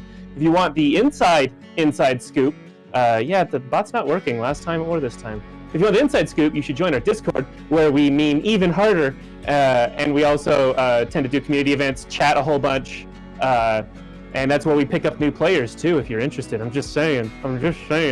Yeah, I've had a great time with this campaign. This has been really good, and I'm even tempted to, like, maybe a future campaign use this system. We'll see.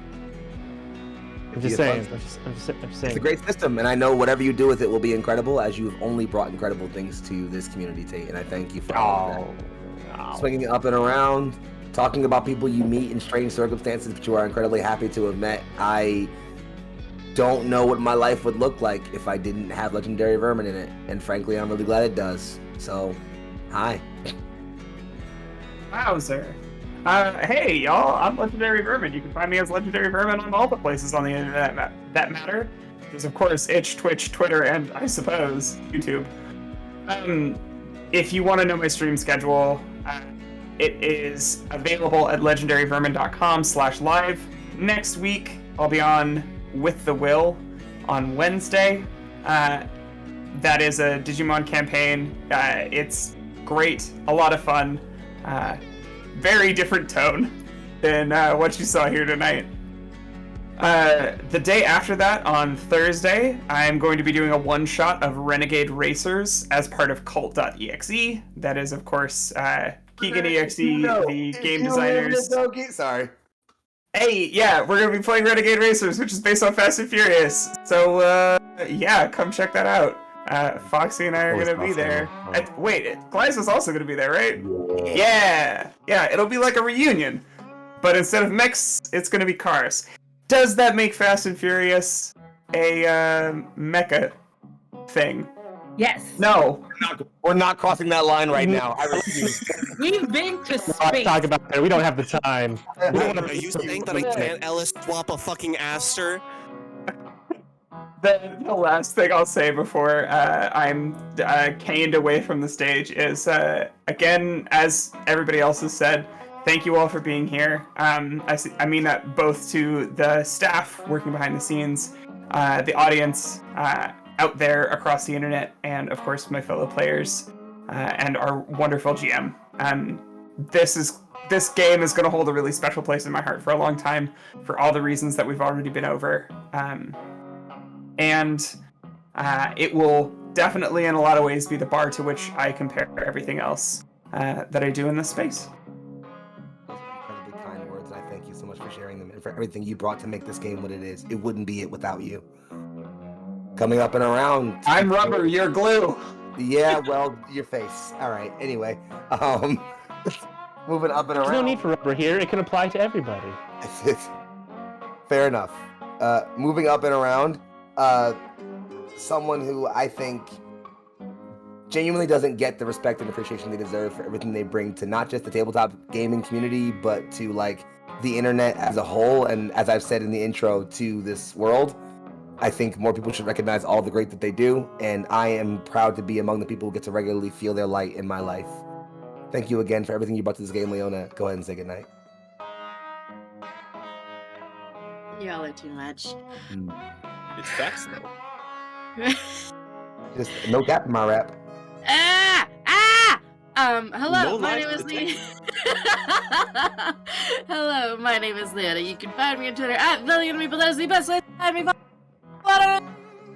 Oh, hun, that all cut out. You should try it one more time. Run it back.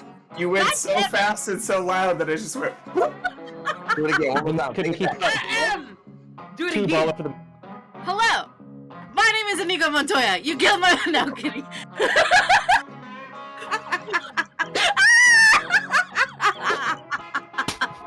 I just watched that a couple of nights ago. Too. Lost a Yay! D6 for you, okay?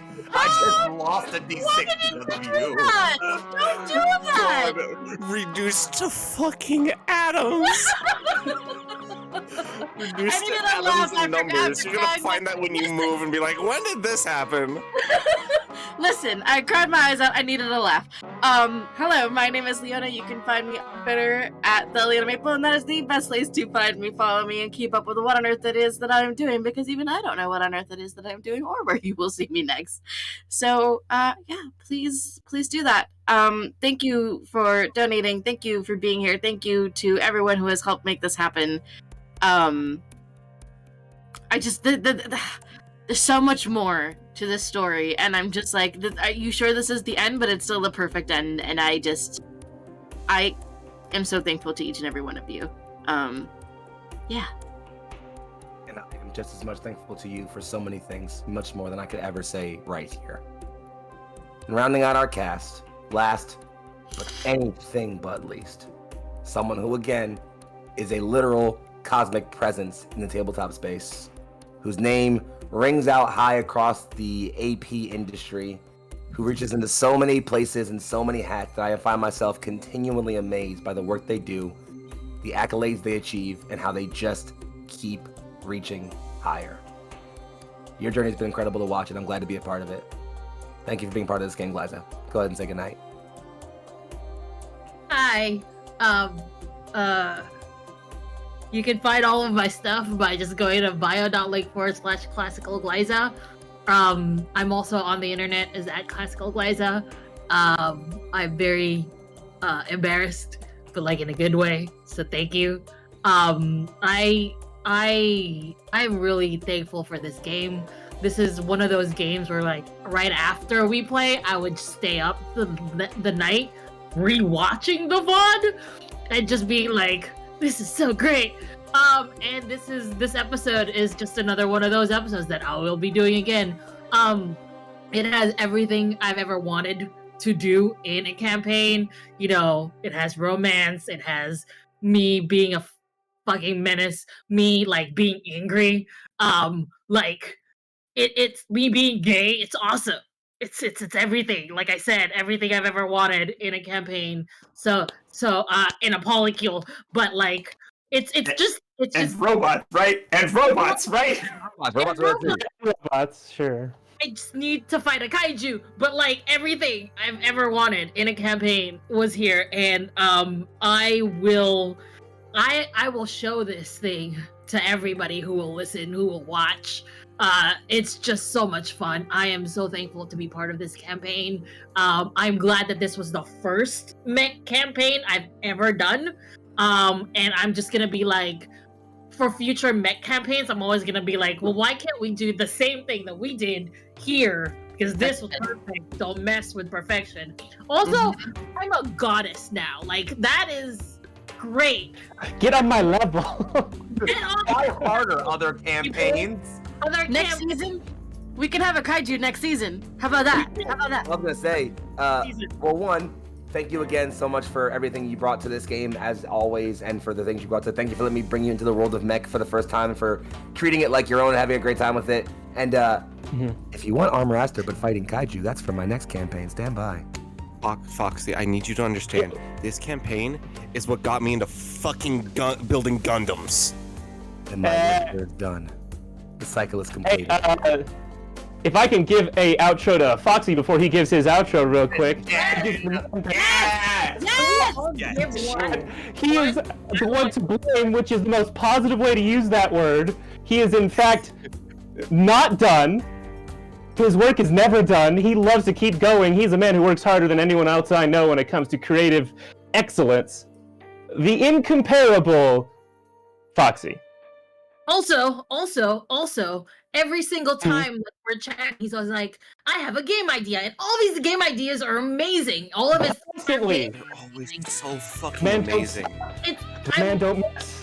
Happy to just listen to them talk about campaigns that they have. Like he made me interested in Warhammer, and